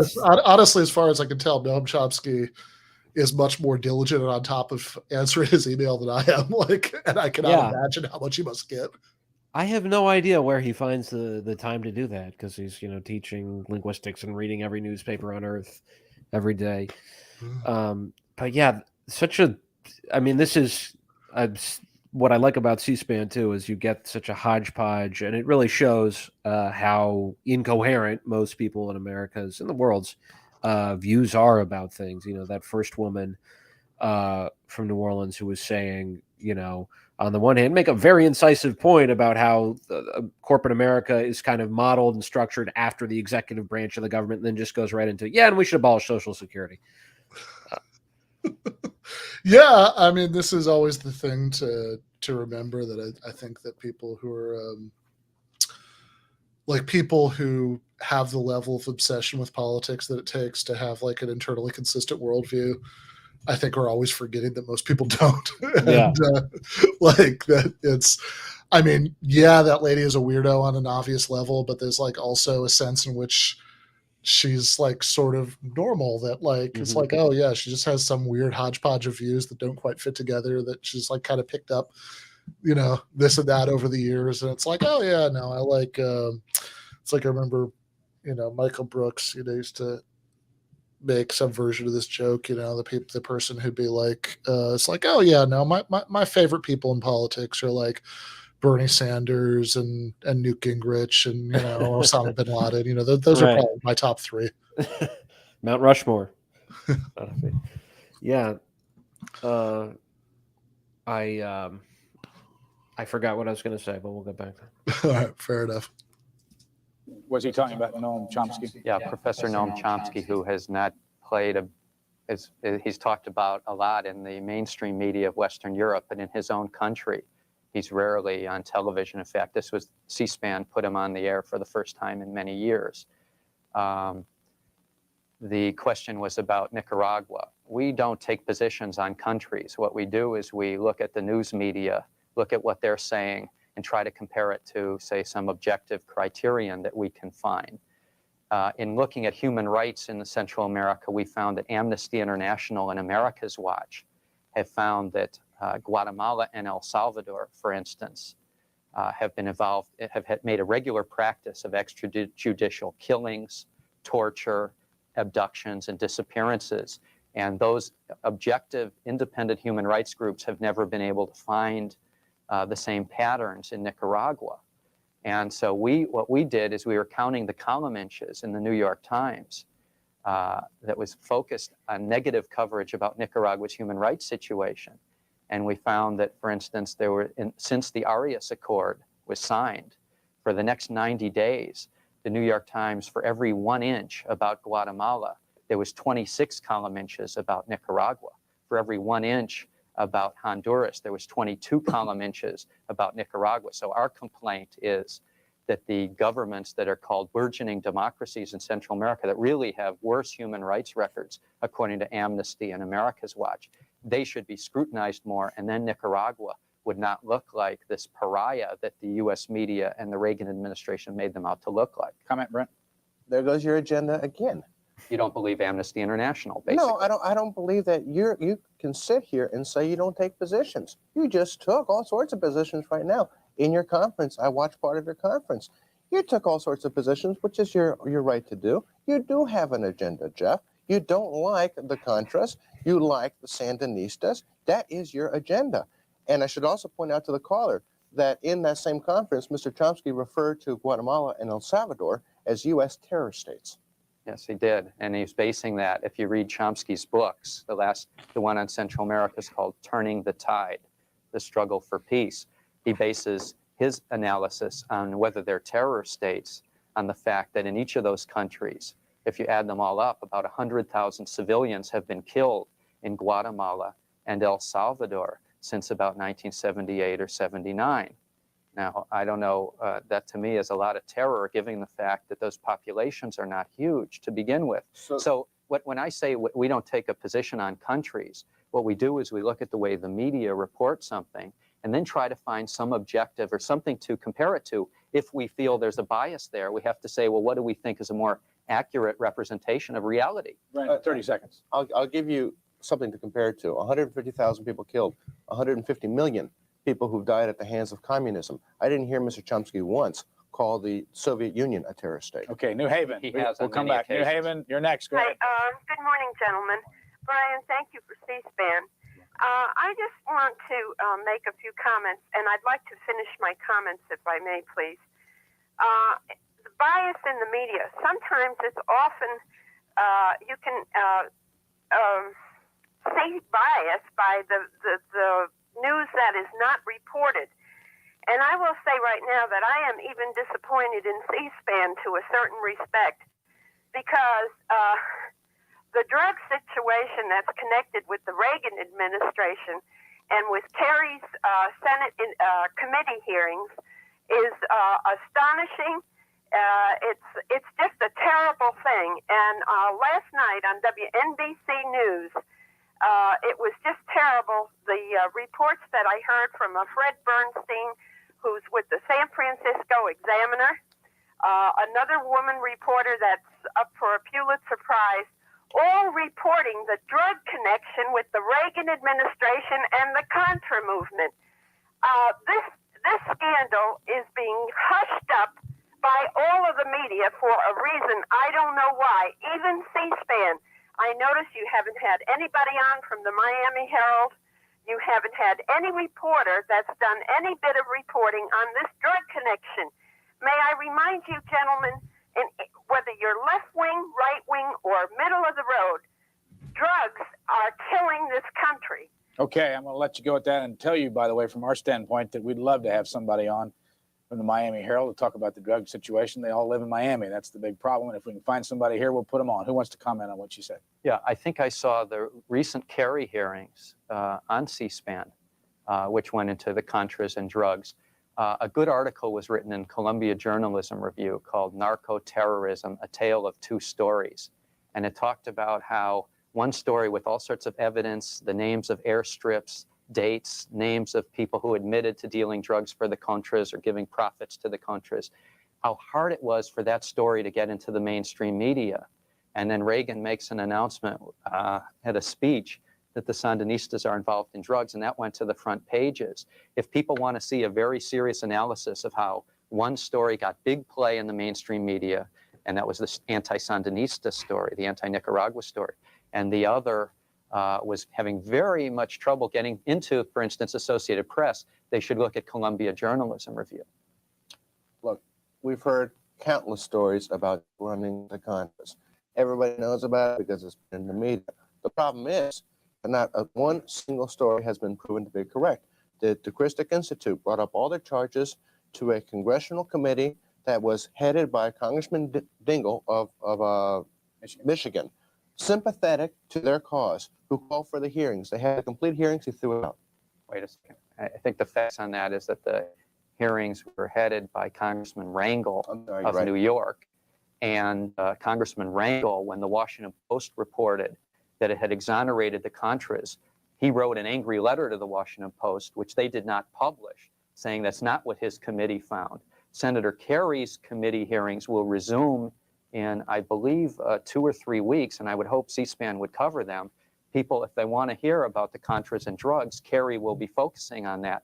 And it's a story that hasn't gotten enough coverage. I think the media have improved lately. West 57th Street, CBS, did a real good story on it. There's a new book on it by a former CBS producer, Leslie Coburn. I think it's called Out of Control. It's about the Contras and drugs. But I think the media has been improving lately. The Columbia Journalism Review article I mentioned talked about how badly the media was doing back in '86. I'm going to go back to the phones and quickly. Leslie Coburn used as her witnesses for her book convicted drug dealers who were looking to make a deal with the U.S. government and didn't get it. I'm afraid in the drug area, sometimes you have to rely on drug dealers. Those are her witnesses. Los Angeles, go ahead, please. Go ahead, Los Angeles. You're on the air. Let me recheck my button here, and there's no. There we go. Hello? You're on the air. Oh, thank you. I talked to Mr. Cohen before on the phone. He writes for a newspaper called LA Weekly, him and Jay Levine. What happened is, Mr. Levine is a very biased against the truth, not against the media. His newspaper will not publish the idea that the communist government murdered thousands of Mosquito Indians. I have a lady working for me. She's from Nicaragua. And she tells me about the soldiers who invaded her home in the middle of the night, beat the hell out of her son in order to join the army. And she and her son head for the hills because they were escaping communism. Now, there's 250,000 communists, a 250,000 Nicaraguans escaped from communism living in Los Angeles. Mr. Cohen will not acknowledge to that. I talked to him on the phone once. He will not acknowledge the idea that the Sandinistas murdered the Mosquito Indian. That for the first time, Mexico and Guatemala has an immigration problem from Nicaragua. People escaping communism. This gentleman is his newspaper, LA Weekly, will not publish any of these stories. Only what's happening to him. He will not acknowledge the human rights violation of the left. Okay, thank you, Jeff. The LA Weekly is one of the alternative weeklies in most major cities that I believe is something that people who want a broad range of opinion should seek. It's a very good paper and generally gives a anti-corporate perspective, an anti-Cold War perspective on foreign policy. But when I hear this caller bring up a bunch of figures, when you talk about Nicaragua, you don't have to use facts or figures. He talked about thousands of mosquitoes killed. America's Watch went out and tried to document killings, and it's appalling to me. There were about 69 people killed. And that's just, we have heard about genocide against the mosquitoes over and over in the media, and it's just a fallacy, while still appalling that they would kill even one civilian. Let me suggest, we cannot solve the problems of whether they're, in this program about the Nicaraguan situation, but we can help people better understand the media from each of your perspectives.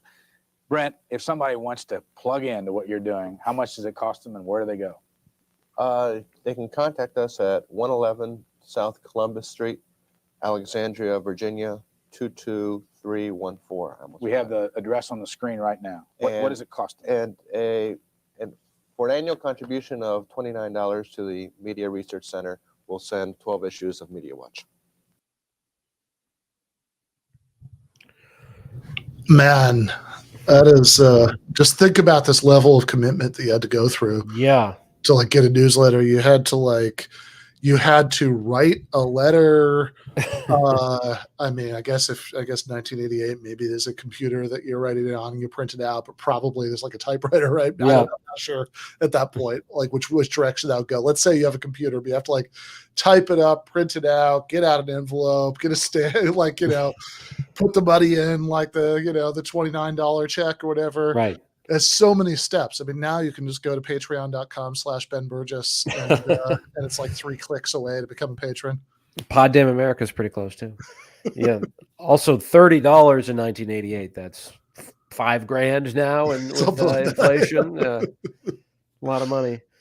I also do want to point out one contribution Noam Chomsky has made to this discourse that gets somewhat lost here is the word media is plural. Right. So you're supposed to say not the media, but media when you discuss it. Right. Makes sense. 12 issues, once a month. All right. Jeff, it's your turn. Our organization is simply called FAIR, F-A-I-R. You could write for $24. Undersell. Get 9 issues of our newsletter Extra, which often runs at 16 pages. Our address is 666 Broadway, New York, 10012, and we're in the New York phone book. We will have those addresses on the screen. 666. Yeah. I'm surprised Bozell didn't run with that. I know, right? As the hour goes on again, so you can write them in if you couldn't get to a pencil and paper. Pompano Beach, Florida, go ahead, please. Yes, sir. This is my first chance that I had to get through after many, many weeks and months. Glad to have you. Thank you. First, I wanted to ask Mr. Bozell. I think his command of the language should be a little bit better.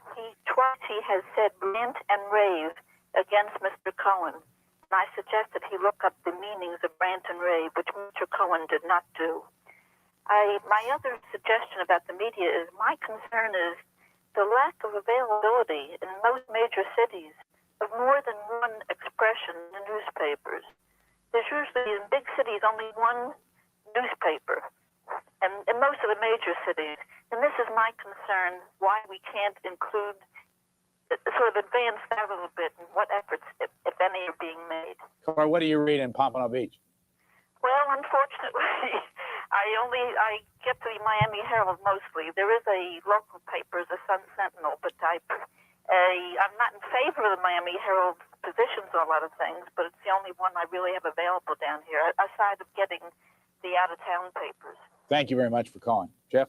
It's a big problem, and it's one of the problems that FAIR came into existence to address, at least to make the problem conscious in the American political dialogue.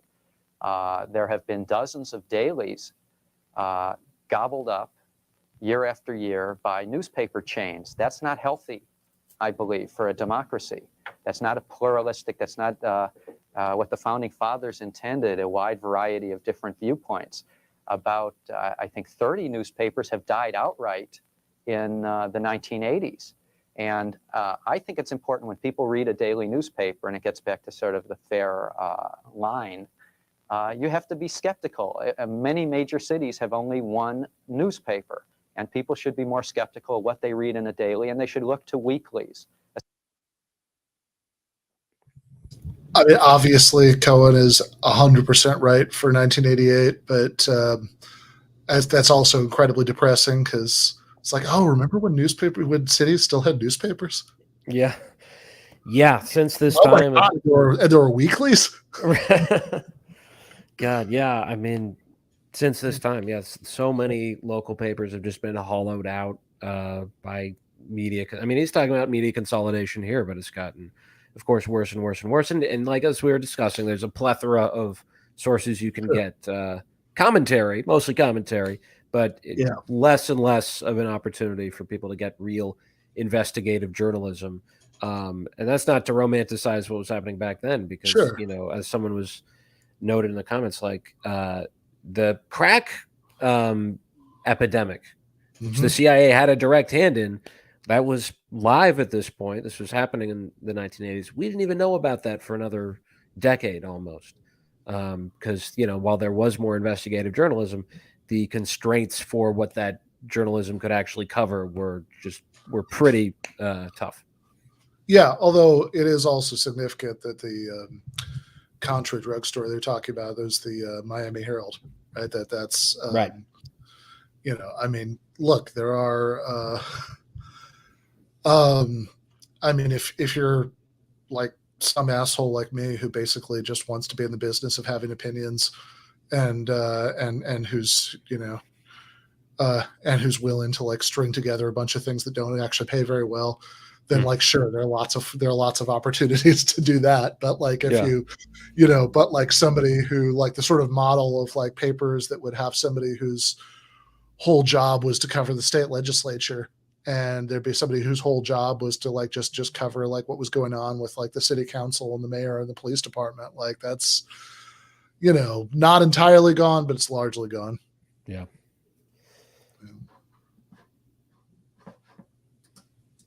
Especially nonprofit alternative weekly newspapers. Brent, I want to ask you just quickly. I'm going to show you the 3 covers of the 3 news magazines this week and get your reaction. What do you think of this cover? I would say that pushes a liberal issue agenda. Is it distorted? Is it dishonest? Probably not. Okay, quickly. But that's an issue we'll come agenda. back to you on this. Anything there?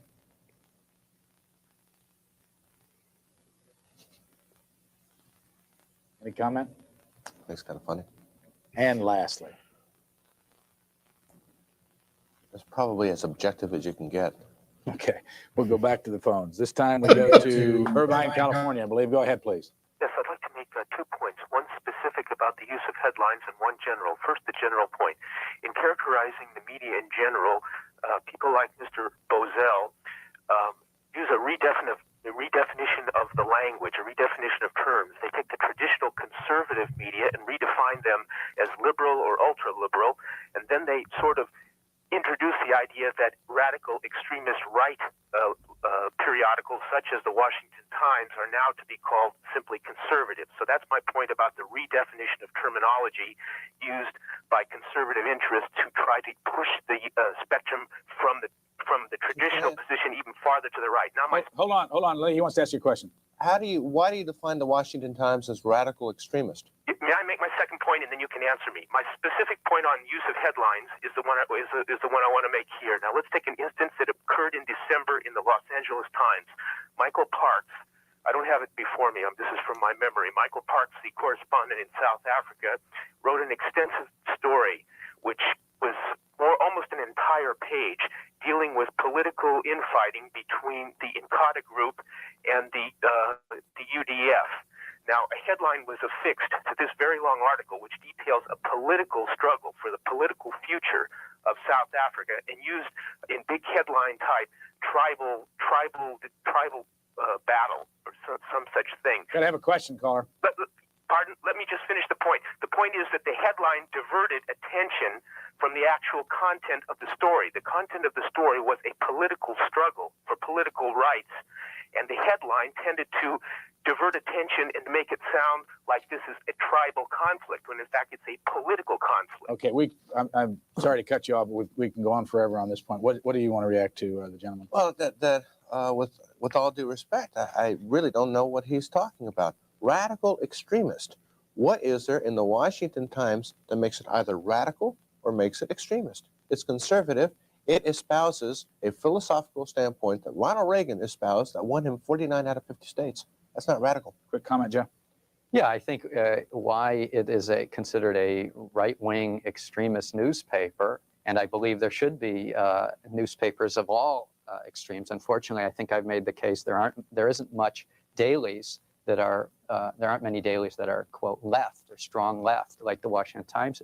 It's owned by the Moonies, and all the way down the line, you see a very right-wing tip to raising money. What newspaper has raised money for the Sandinistas? What daily?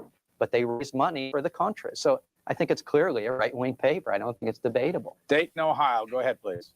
Yes, I just wanted to say that from my own perspective, I really feel that the media is very biased.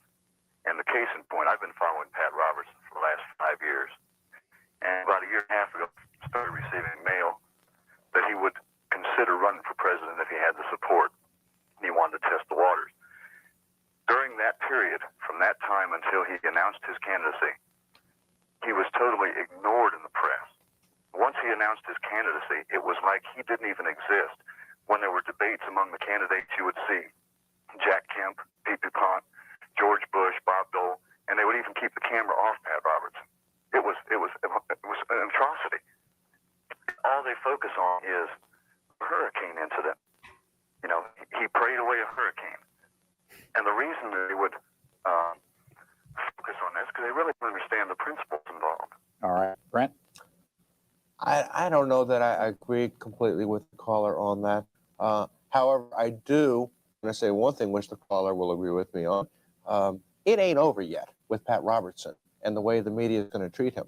Any little mistake Pat Robertson makes from here on out, mark my words, is going to be bloated out of proportion by the media. Quick question to each of you. You hear people say about some of the minority candidates, they scare me. Does Jesse Jackson scare you? Does Pat Robertson scare you?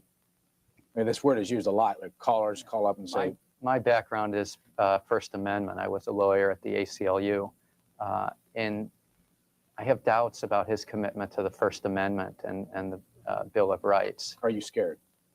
I would be scared if he were elected president. How about you, Brent Bozell? Anybody scare you? Any man who says, Viva Che Guevara, Viva Fidel Castro, scares me. Redlands, California. Go ahead, please.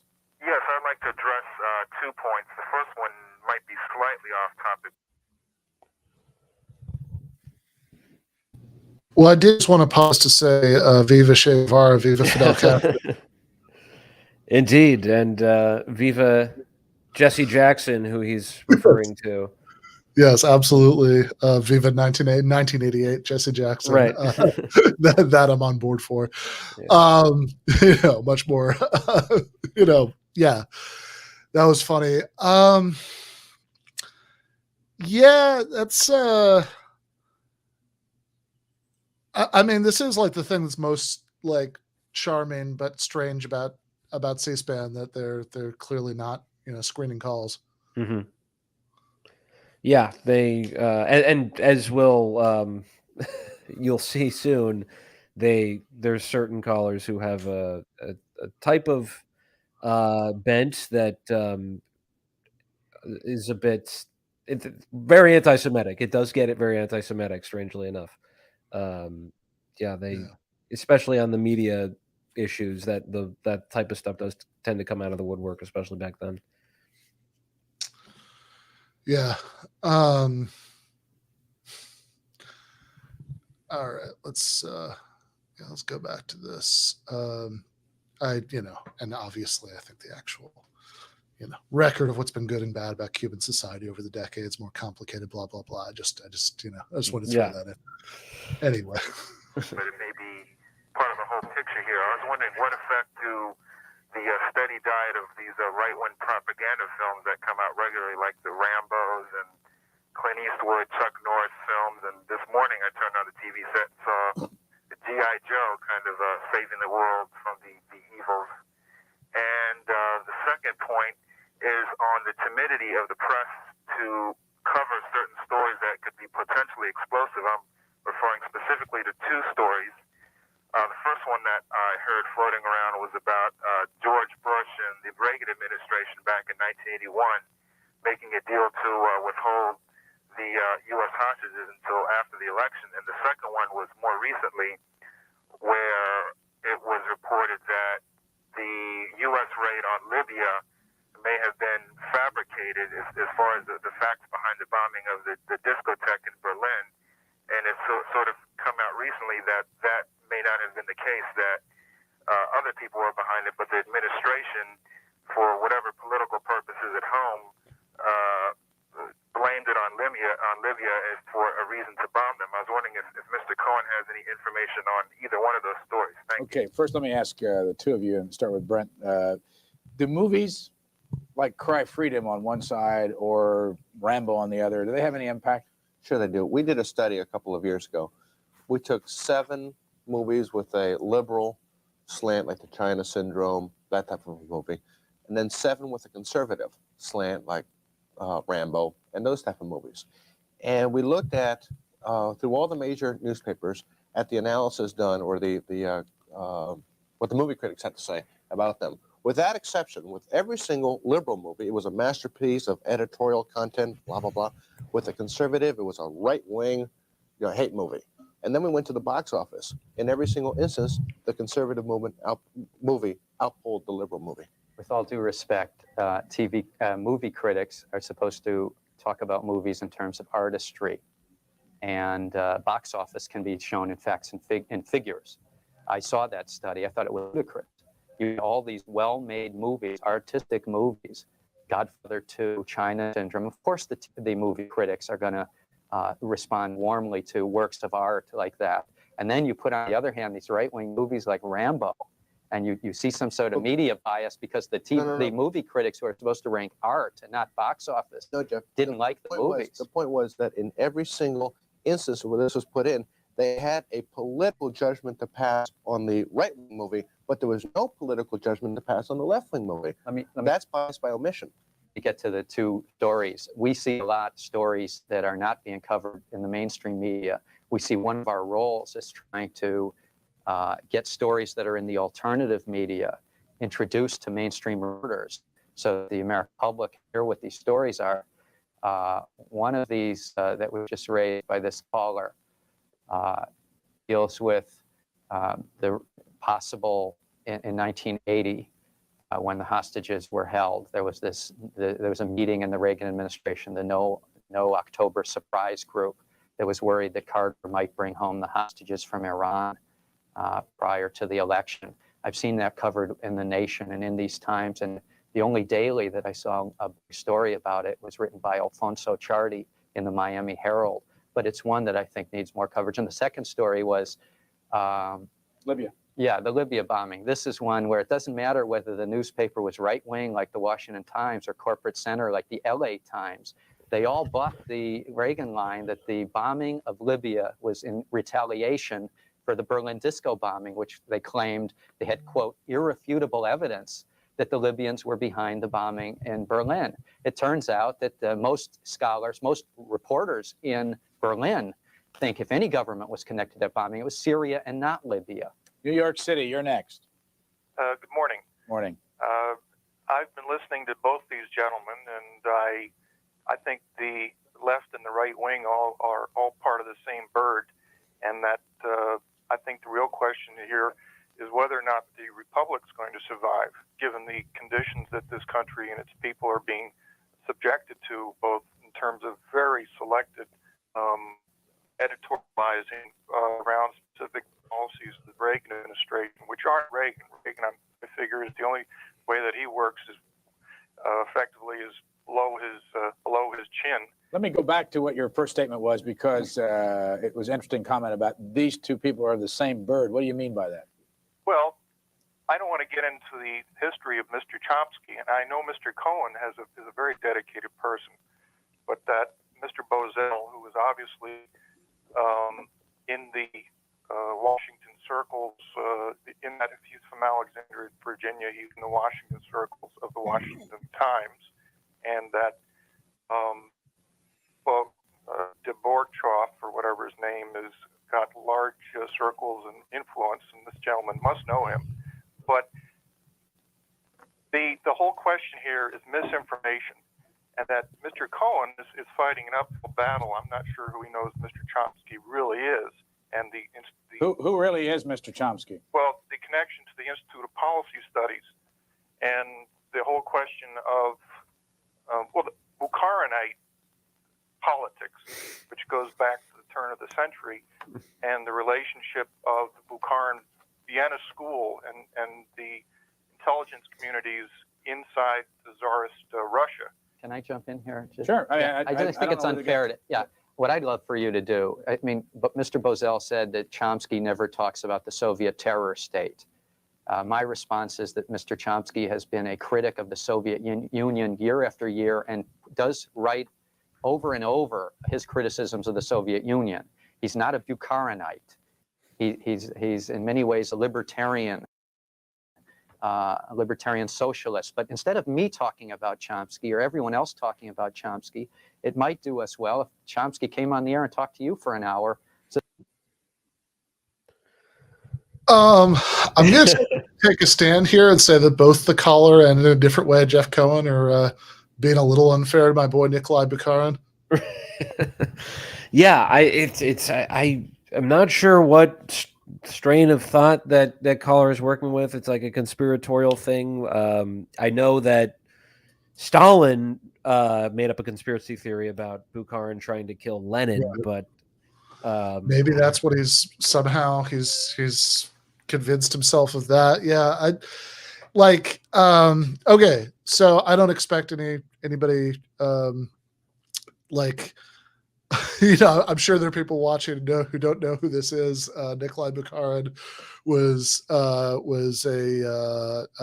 major intellectual figure in the Bolshevik Party leading up to the Russian Revolution, and in the 1920s he led one wing of the Communist Party of the Soviet Union in this complicated faction fight between him and Trotsky and Stalin, and was aligned with Stalin at one point, but then was in opposition against Stalin and was ultimately killed by Stalin. So I don't know. I mean, I actually think that being accused of being a Bukharinite doesn't sound like the worst thing ever. It's right.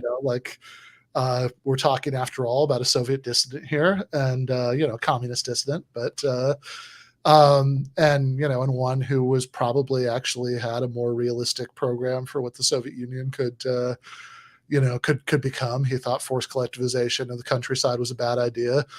Wanted to keep up the new economic policy, which is probably working a lot better than what they had later. So I don't know. I think I think the official GTAA position is pro Bukharin, and I'm not. I don't think that actually has a goddamn thing to do with Noam Chomsky. But if it did, I wouldn't think any words from Chomsky. Yeah, and if anything, I think he would probably be a Bukharin. I mean, at least early Bukharin was a left communist, right? That's true too. Chomsky would be sort of in that area. But yeah, this Institute of Policy Studies thing, this is just it's just a left-wing think tank. And because it has like a bland name, as a lot of think tanks do, but this one happens to have somewhat radical views attached to it. It especially in the 80s was used as kind of like a boogeyman in the same way that the Frankfurt School is today. Yeah, I guess that makes sense. I mean, it is very common for think tanks to have names that sound exactly like that, regardless of their politics. But yeah, it's like this is definitely your like prototypical like conspiracy theory caller, because like you notice the way it's like, oh, well, the real story with Chomsky is is the Policy Institute, as if anybody who's listening to that knows what he's talking about. But like, it's just like, come on, guys, we all know about the Policy Institute. Yeah, they draft policy. It's ugly stuff. The way they work those numbers, you would not believe the letterhead they put on their things that they send out. Yeah, it's you just need to have like just saying Noam Chomsky is associated with the Institute of Policy Studies. If you frame it in a different way, it doesn't sounds completely innocuous. But you can just say, "Did you know? I bet you didn't know this. That this person is on the board Why of are an you organization." pretending you don't know about Noam Chomsky and the National Policy Institute? Right. Yeah. So the viewers can hear what he believes. Glad to have it, Mr. Bozell. Well, Mr. Chomsky spent a good part of a half hour defending the Sandinistas. Never once mentioned the massive amounts of military aid that they're getting from the Soviet Union. He did mention. By the way, to the viewer that called about Arnaud de Bourgrave, I wonder what his reaction will be to this. Here's an endorsement of the Media Research Center. Well, and I'd like to add something else to that, which is there probably is not a man in America who is more knowledgeable on the subject of media misinformation than that man right there. Maria, California, go ahead, please. Yes, I just wanted to make a comment and ask a question.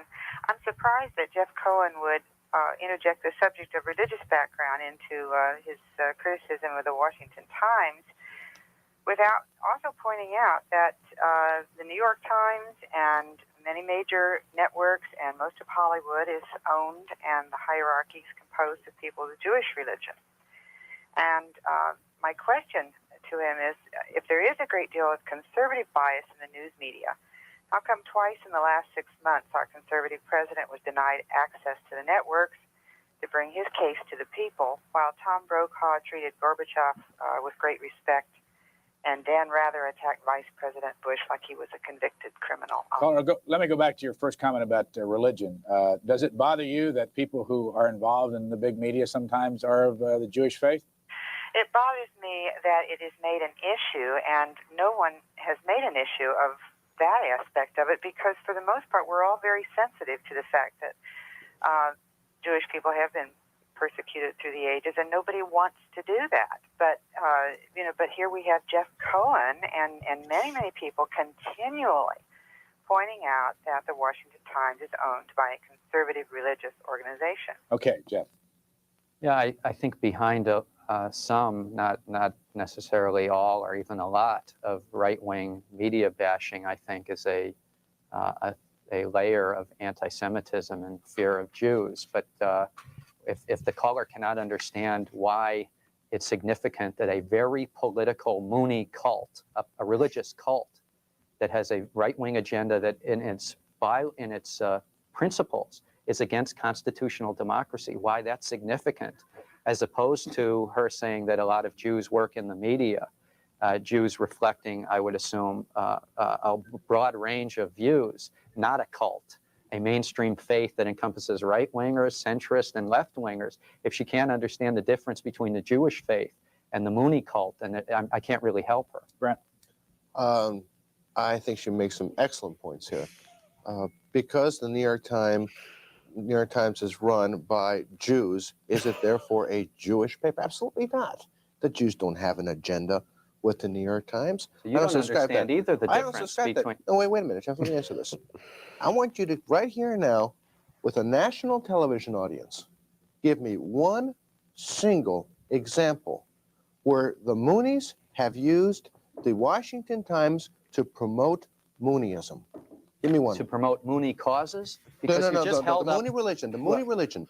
Give me one example. All I know is that 2 editors have left the newspaper. The first one left because he had no independence editorially.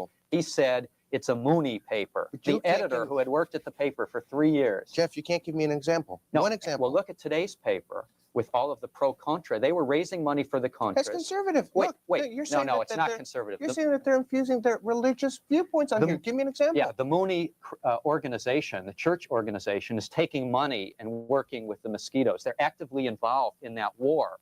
They aren't just a newspaper. They aren't just a religion.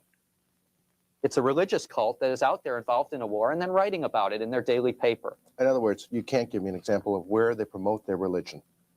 I want to show the audience. I don't know whether you can get close enough, Shereen. If you can't, we can get some of the names of people also that support FAIR. We did that with also Bill Rusher's involved, I think, isn't he, with your organization?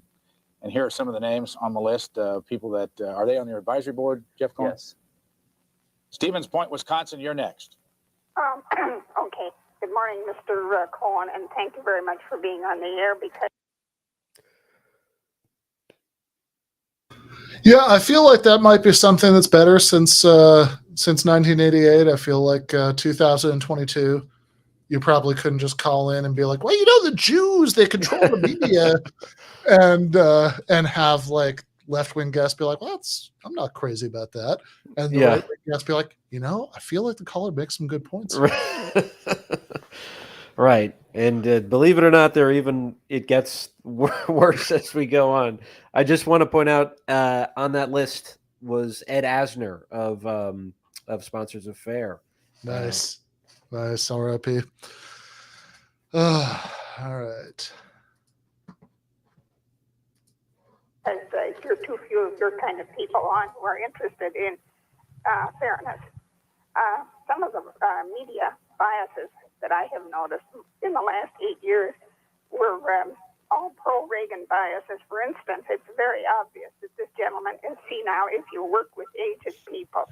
He has absolutely no conception of what a real issue is, and he comes off with these one-liners that are supposedly cute, and then the right-wing press immediately tells us how cute this was and how very witty it was. It's not witty, it's stupid. You're talking about the president.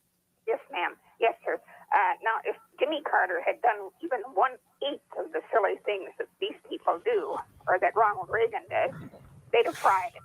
Then the next thing that comes up, these people have a catch-all word, communism. I would imagine that most of the people who use the word have never even read the definition of communism. They have no idea what they're talking about.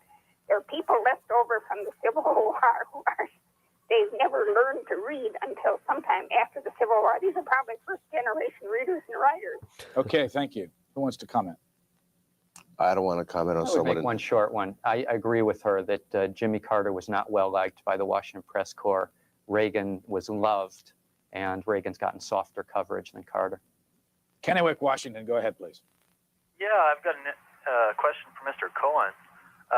First of all, I was wondering what he thought about the Christian Science Monitor as far as their political leaning.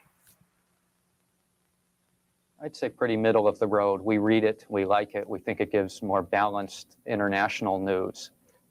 They have certain columnists that are in the old right-wing Cold War vein, like Hughes, who puts out a lot of misinformation about Central America, but we found it a good source of news about Central America and elsewhere. Why do you ask, caller? I was just interested. That's my choice reading, but I think it's an improvement over the New York Times, Washington Post, and some of the so-called prestige dailies. Brent, do you have any reaction to the Christian Science Monitor? Just that I disagree again. I don't think we're going to agree on anything on this show today. You agree that there's a need for organizations like each other's? Think FAIR is there a need for a FAIR? Well, no.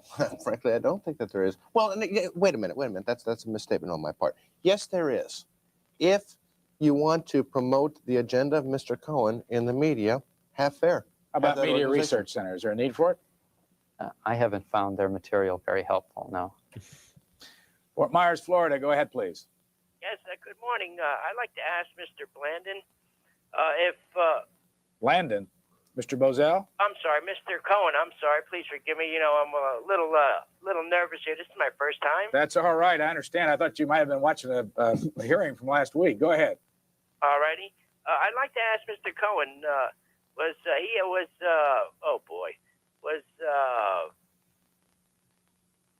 Caller, let me help you a little bit. From what you've heard this morning, do you consider the media to be liberally biased or conservatively biased? it's conservative, sir. The media is conservative. Yes, sir. Do you agree with what Mr. Cohen's been saying? Yes, sir. All right. Now, do you have a question for him? All right. What it is, I'd like to ask Mr. Cohen if Mr. Blandon was ever called by George Bush to tell him to call Castro. The reporters asked Bush if he ever called Castro, and he said no. Now, what it is he didn't call Castro. He called Blandon to tell him to call Noriega, tell Castro about we were going down to Grenada. Okay. Yeah. Yeah, I can't quite follow the drift of that question, except that I know that some of these hearings that were chaired by Senator Kerry, they're worth watching. They're sometimes confusing, but the issue of contras and drugs, I think, will be real clear when they resume in March. And are you planning on televising them, or you're not sure yet? We make the decision closer to the event, but certainly if we can, we will. Because don't take it as criticism. You're aware I watched it. I watched it on C-SPAN, the last hearing. We get bounced around a lot by people who think we don't, sometimes don't care about these issues, but it's often is a matter of timing. Let me just show you one thing before we grab the next call. I thought it might be interesting to the audience. Here's the lead story right here in this morning's USA Today. It's by Al Newharth, and it's we're USA Today founder, copyright USA Today. A personal interview on the Jet Capade project down in Cuba. Castro denies he has Soviet missile sites. Jeff? Yeah, it's just an example. I hear from conservatives that, sure, the conservative business interests own the media, but it's left-wing journalists who really run it. And when you see Newharth, who gets the lead story on USA Today, basically business people call the shots. If that weren't the case, then Jesse Helms, the right-wing senator, when he was trying to take over CBS, he wouldn't have said, we want to become Dan Rather's boss. Jesse Helms knows who runs a media organization is those who own it. Brent. Well, I wish that were the case. First of all, on the You wish that GE had I wish more. that Jesse ran. Yes. What the headline is concerned, is there a bias there? Is there any mention of there that Fidel Castro is an habitual liar? I'm not making any statement on whether the missile sites are there or aren't there, but I certainly don't take that guy's word for anything. I think you're being disingenuous because a presidential candidate made a statement on a nationally televised debate. I feel the media has not been tough enough on that statement. If Mr. Robertson believes that the Soviets have missiles in Cuba, that really could bode poorly for the future. If this is the kind of thing he believes about the world and makes a statement like that, I think, if anything, the media have been too easy on Reverend Robertson over that statement. Denver, Colorado, go ahead, please. Good morning. Good morning. I'd like to say two things. The gentleman I'm looking at with the black hair, I assumed he's Jewish because but they both have thick skin. What nationality is the other gentleman? That's my question. That one, what nationality is he? Irish American. Irish. Then you're Irish. Because I don't know that the Irish and Jews don't like each other. Normally, the reason I'm making a statement is I feel the United States should go back to where it comes from, going by nationality instead of color of skin. I think the people hide behind color of skin, and you have disenchantment with different nationalities, but when they hide behind the color of skin, you don't know what the whole problem is. It's hidden. They go by Caucasian. That is a new word made up to hide what they are, or they don't know what they are. Can I assume, Colin, that you've been upset when you hear people talking about religion and the biases and all that? Is that bothering you this morning? No, what I'm going to say also about George Bush. Robinson, as far as Pat Robinson and Jesse Jackson, I don't feel that they should run anyway. Because, that's the main purpose of this country, not mixing religion and government. I don't believe in that anyway. Okay, I'm going to let you go. I'm not sure it's on the point. Anybody want to comment on what she said? Yeah, well, she's all over race science, but at least she believes in the separation of church and state. Sorry, you cut out for a second there. Oh, I said she's all over race science, but at least she believes in church-state separation. Oh, no. Are we having a tech issue here? Sorry, it might be my internet. I'm not sure, but... All right, test in. Okay, yeah. No, I can hear you. Okay. Oh man, this lady rules. This is a great call. Yeah, I mean, it's hard to tell what she's just speaking off the cuff, or I am a member of a Irish Jewish household, so we do cohabitate at least, but um, That's good. That's beautiful. yeah, strange to see. Yeah, like that you just see two people on a screen and think that that's indicative of every other person that they might be Like, sharing. oh, I didn't know. Oh, okay. This is new information I'm getting. There's a beef between the Irish and the Jews. Yeah, it's gonna have to be sorted out between preachers, priests, and rabbis. This argument that happened on C-SPAN in 1988. It's gonna be a real rift. Yeah, I mean, whatever. I shouldn't make fun of this lady too much.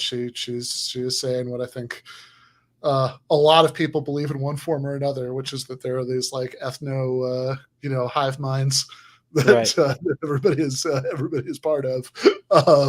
Is just a particularly blunt and awesome expression of it. Assuming that this is a real person, this kind of sounds like a comedian doing a bit. Could be a prank, yeah. Next call from Kissimmee, Florida. Go ahead, please. Yes, I'd like to direct my comment toward Brent Bozell. I just want to tell you, Brent, that I sure appreciate your stances on some of the things that is being discussed here. I am a little nervous, but actually a little bit more than being nervous. I get actually kind of angry at some of the things that are even allowed on television. When we're talking about the left or the right, I was going to make a comment about left of what or right of what. And it seems to me, from what the American people have shown by the way they vote, that the majority of the American people are conservative.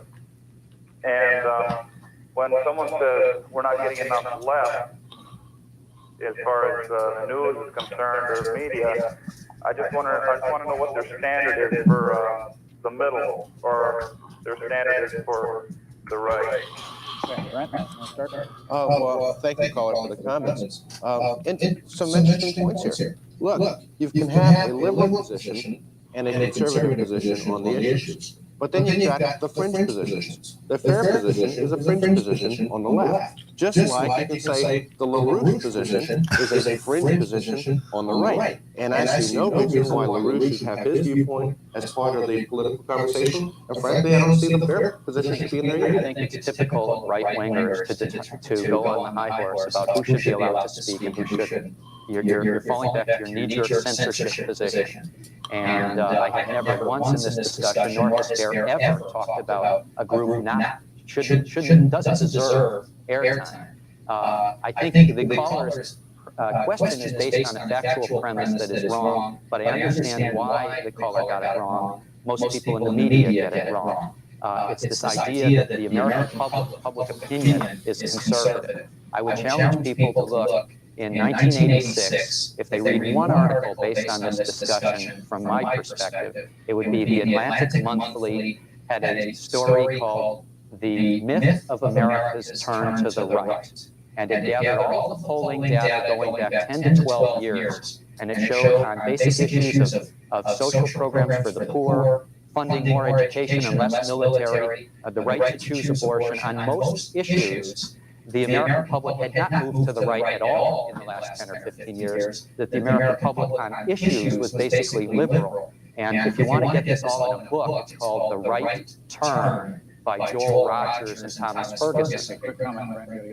We don't need a poll. All we need to look at is election results, 49 out of 50 states. Las Vegas, Nevada, you're next. Yeah, well said there, Jeff. There's two quick points I wanted to make. First of all, that I knew a gal who worked in the Reagan campaign, and they routinely criticized the neutral media in order to try to get more favorable coverage. Also, I'd like to get your comments on the fact that, and it isn't the first time, that the Reagan administration was able to cover up the release of the information about their deal with Iran until after the '86 election, both by asking Jack Anderson and other people to send on it because of national security. And they were able to sit on it until, of course, it blew in the Lebanon papers. And that was after the voting took place in '86. If that had come out before, then the Democratic landslide in '86 would have been much bigger. Okay, thank you. Comment on the ability of the media. How often does the media sit on stories? Well, I don't know just how often they do it. They do it all the time, but I think they sit on it on both sides. I mean, the Washington Post is still sitting on the story on Gary Hart that they said they were going to release. Now, did the administration ask the press to hold the story? I don't know that they did or they didn't. As a conservative activist, I would say I hope they did. It would, for political purposes, was a good reason to let them do it afterwards. As a media critic, I would say the media has every right to expose that. Jeff?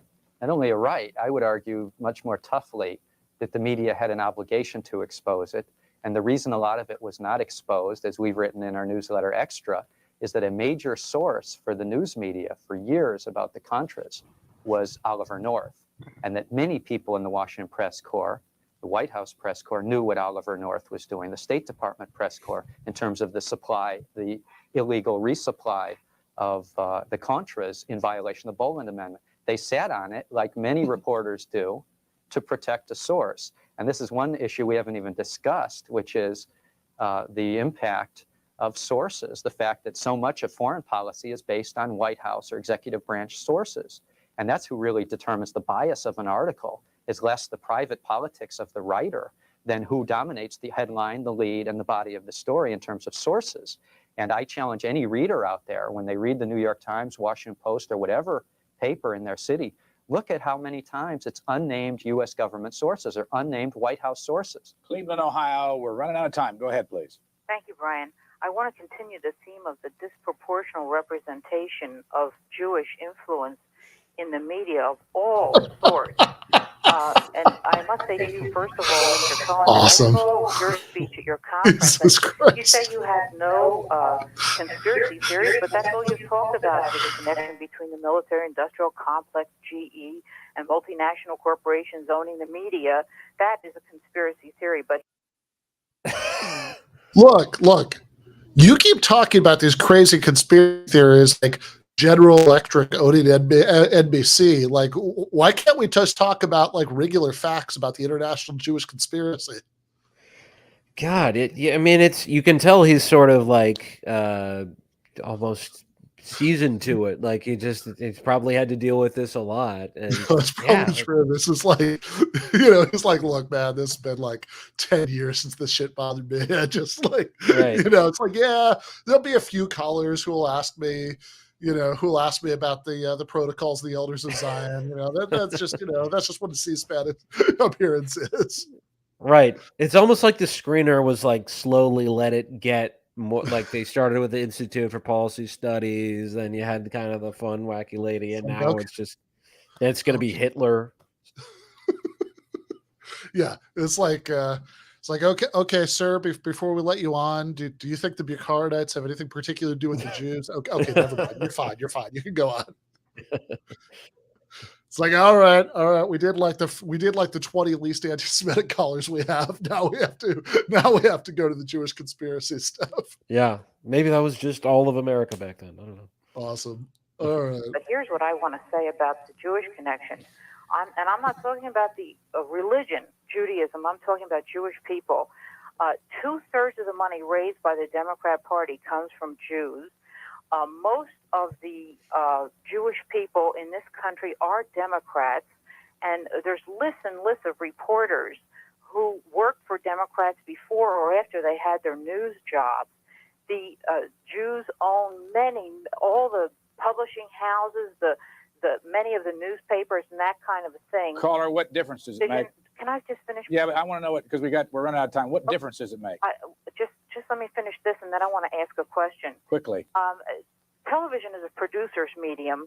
The producers, if you look at the credits behind any news shows, the Sunday shows, the evening shows, whatever it is, it's predominated disproportionately by Jews, and they are on the left. Now, here's my question to you, Mr. Cohen. Caller. You say that you pass by the homeless every day. I want to know you, compassionate fashion king. How many of them have you taken into your own home? What we do at FAIR as a media organization is try to focus attention on issues that we think aren't getting attention in hopes that they'll be redressed. Giving change to homeless people is something that many of us in New York do. It doesn't buy them homes to give them a quarter or a dollar. What FAIR is set up to do is to focus attention on stories we believe are underreported. And that's what we do in terms of the media and the homelessness. This Jewish question bothers me. Okay, and I asked her to give me an answer to the question. She made a statement that she, again, didn't answer. She said that all the Jews involved in the media, and they're of the left. And Yeah, it's absurd. Let me ask Brent, though. What do you think when you hear this? Well, yes, there is a very powerful liberal Jewish lobby in America. So, too, is there a very powerful conservative fundamentalist lobby in America. Is either one of them a conspiracy? I don't buy that. All right, you said you're Irish. Do you know a lot of people in the business you're in Irish? Within the conservative movement? Yeah, conservative movement, media. Do you see a lot of people?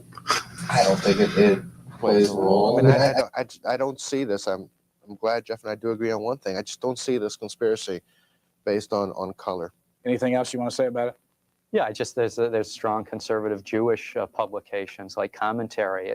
The difference I was drawing between the mainstream Jewish faith, which encompasses right, left, and center, is that it's different than a cult like the Moonies, which are anti-democratic. 30 seconds. I'm not defending the Mooney religion. Seattle, Washington, you're our last caller. Go ahead, please. Yes, thank you. Coming on the heels of that last caller, I'd like to disassociate myself from what you said. However, I would like to ask a question of both gentlemen.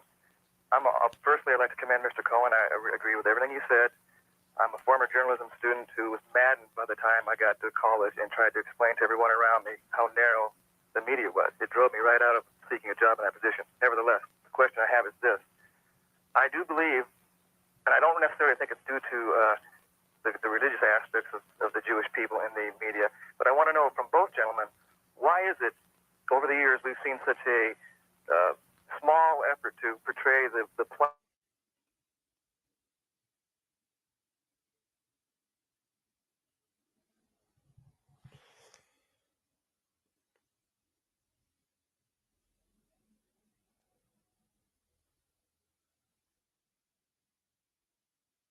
All right, I think our connection glitched for a second, so I'm just backing this up like 20 seconds. Sure. This is actually fine. I was kind of banging my head against the desk when the call started because it's like, oh God, it's like, no, I don't agree with that call, but I do want to talk about the Jewish things. Like, Jesus Christ, you've got to have a few callers who aren't anti-Semitic conspiracy theorists. Can we just rush through this one? But yeah. The call ended up in a better place than I thought it was going to go. And I don't necessarily think it's due to the religious aspects of the Jewish people in the media, but I want to know from both gentlemen, why is it over the years we've seen such a small effort to portray the plight of the Palestinian people, and we get a lot of information about when the Palestinians do something to the Jewish people, we hear a lot about that. And I'm not anti-Semite at all. Like Mr. Cohen, I support the right of all people to self-determination, and I just think that there is a slant. I don't necessarily think it's religious in basis. Perhaps it is, as that one caller suggested earlier. Okay, I'm running out of time, and I want to ask Brent to first answer that. Is there an effort not to publicize the Palestinian plight? No, I think you've got some other factors involved in there too. You've got a very powerful Jewish lobby in this country, one of the most powerful in the country. 10 seconds. The Palestinians, I think, have had irreparable damage done to them by the PLO. And thirdly, yes, they should give more attention to it. Jeff. Yes, they should give more attention to Palestinians. They shouldn't be a terrorist incident before the media focuses on the plight of people who have been homeless for decades. I think the media is improving on that issue in the last couple of months. Jeff Cohen is executive director of FAIR, Fairness and Accuracy in Reporting. Founded FAIR in 1986, was based in New York. Previously lived and worked in Los Angeles for 10 years. Was an attorney with ACLU of Southern California, a publicist for public interest groups in LA, and a freelance journalist. Graduate of the University of Michigan, member of the California Bar, originally from Detroit. Their newsletter is called Extra. L. Brent Bozell III, president of Media Research Center, founded the Media Research Center in April of 1987. He is a former chairman and president of the National Conservative Political Action Committee. He is currently a member of the board of the Council for National Policy, executive director of the Conservative Victory Committee, and chairman of the World Freedom Foundation. Graduate of the University of Dallas as a BA in history. Thank you for joining us both. Thank you. We'll be back sometime. And to our audience, thank you and have a good day.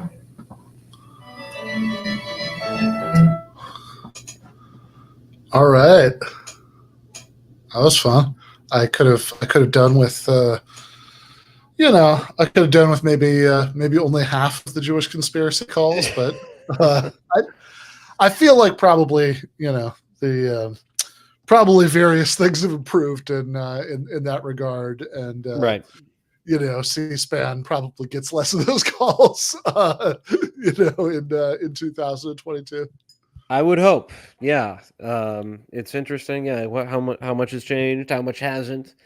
A lot of the things Cohen is complaining about are still major problems, even as the media has shifted in many ways.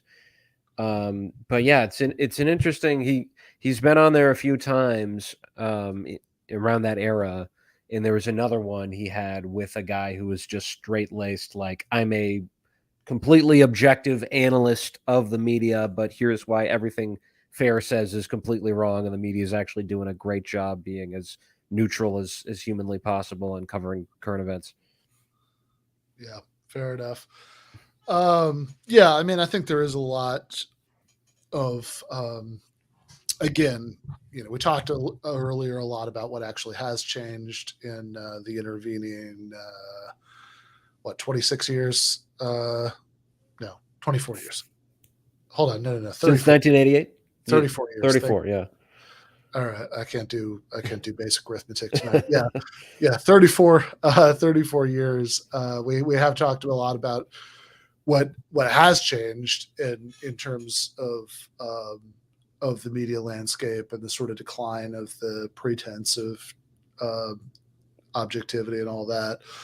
But I mean, obviously there's a lot that Cohen is complaining about there that would apply equally well to at least big corporate media, at least in 2022. I mean, certainly the the Cold War belligerence, everything everything old is new again. That's come back. That's come back in a big way, and and I loved I loved the way he kept pushing the point about homelessness being not being considered to be a human rights issue in American media, even though like UN conventions and stuff about human rights would put it in that category. And I also see that right wingers have had 34 years and they're still like doing the exact same dumbass talking points. Like, well, if you don't personally have 12 homeless, housemates, previously homeless housemates, then you must be a hypocrite for saying that like it's obscene that we as a society, don't provide housing as a right. Yeah, reminiscent of Stefan Molyneux or yes. Some of these like gotcha. Yeah, well, I mean that was worse because he did get me on the fact that I sell books, and obviously my preferred model of socialism would abolish book selling. Right. No books at all. Exactly. Have it all podcasted. But yeah, I thought nobody's allowed to distribute information in any other form except for podcasts. But yeah, I thought Cohen's a very effective debater, and I would imagine somebody watching this without too strong of a commitment one way or the other would. I'm biased, obviously, but I think they would probably come away, thinking he had the stronger arguments. Yeah, I think so. I think so too. I mean, in some ways, I wonder if like coming at the end of the Reagan era, Bozell, or just the fact that he's like usually talking to people who are just kind of trying to deny that there's anything bad about media. That like Bozell just seemed kind of lazy. Like he just wasn't sure. He just wasn't sure how to counter somebody who's coming from where Cohen is coming. Mm-hmm. Fair enough. Anders, where can you mentioned what street address do people have to mail their $24 check to listen to you on a regular basis? Well, if we had one, it should be a 666 address for sure. Jake Flores' apartment. Let's say it's 666 somewhere. But Pod Damn America, you can Always look up 666 somewhere. Yeah, true. You can look up Pod Damn America on the podcast app, anywhere where you get podcasts. We have a Patreon as well, and you can find me on Twitter at Anders Lee here. Nice. All right. Thanks a lot. This was a lot of fun. Yeah, thanks for having me. Yeah, and this is one that I would not have found on my own. So yeah, appreciate the suggestion. Let's do it again soon. Great. Yeah, glad to share it with you. All right. Left is best.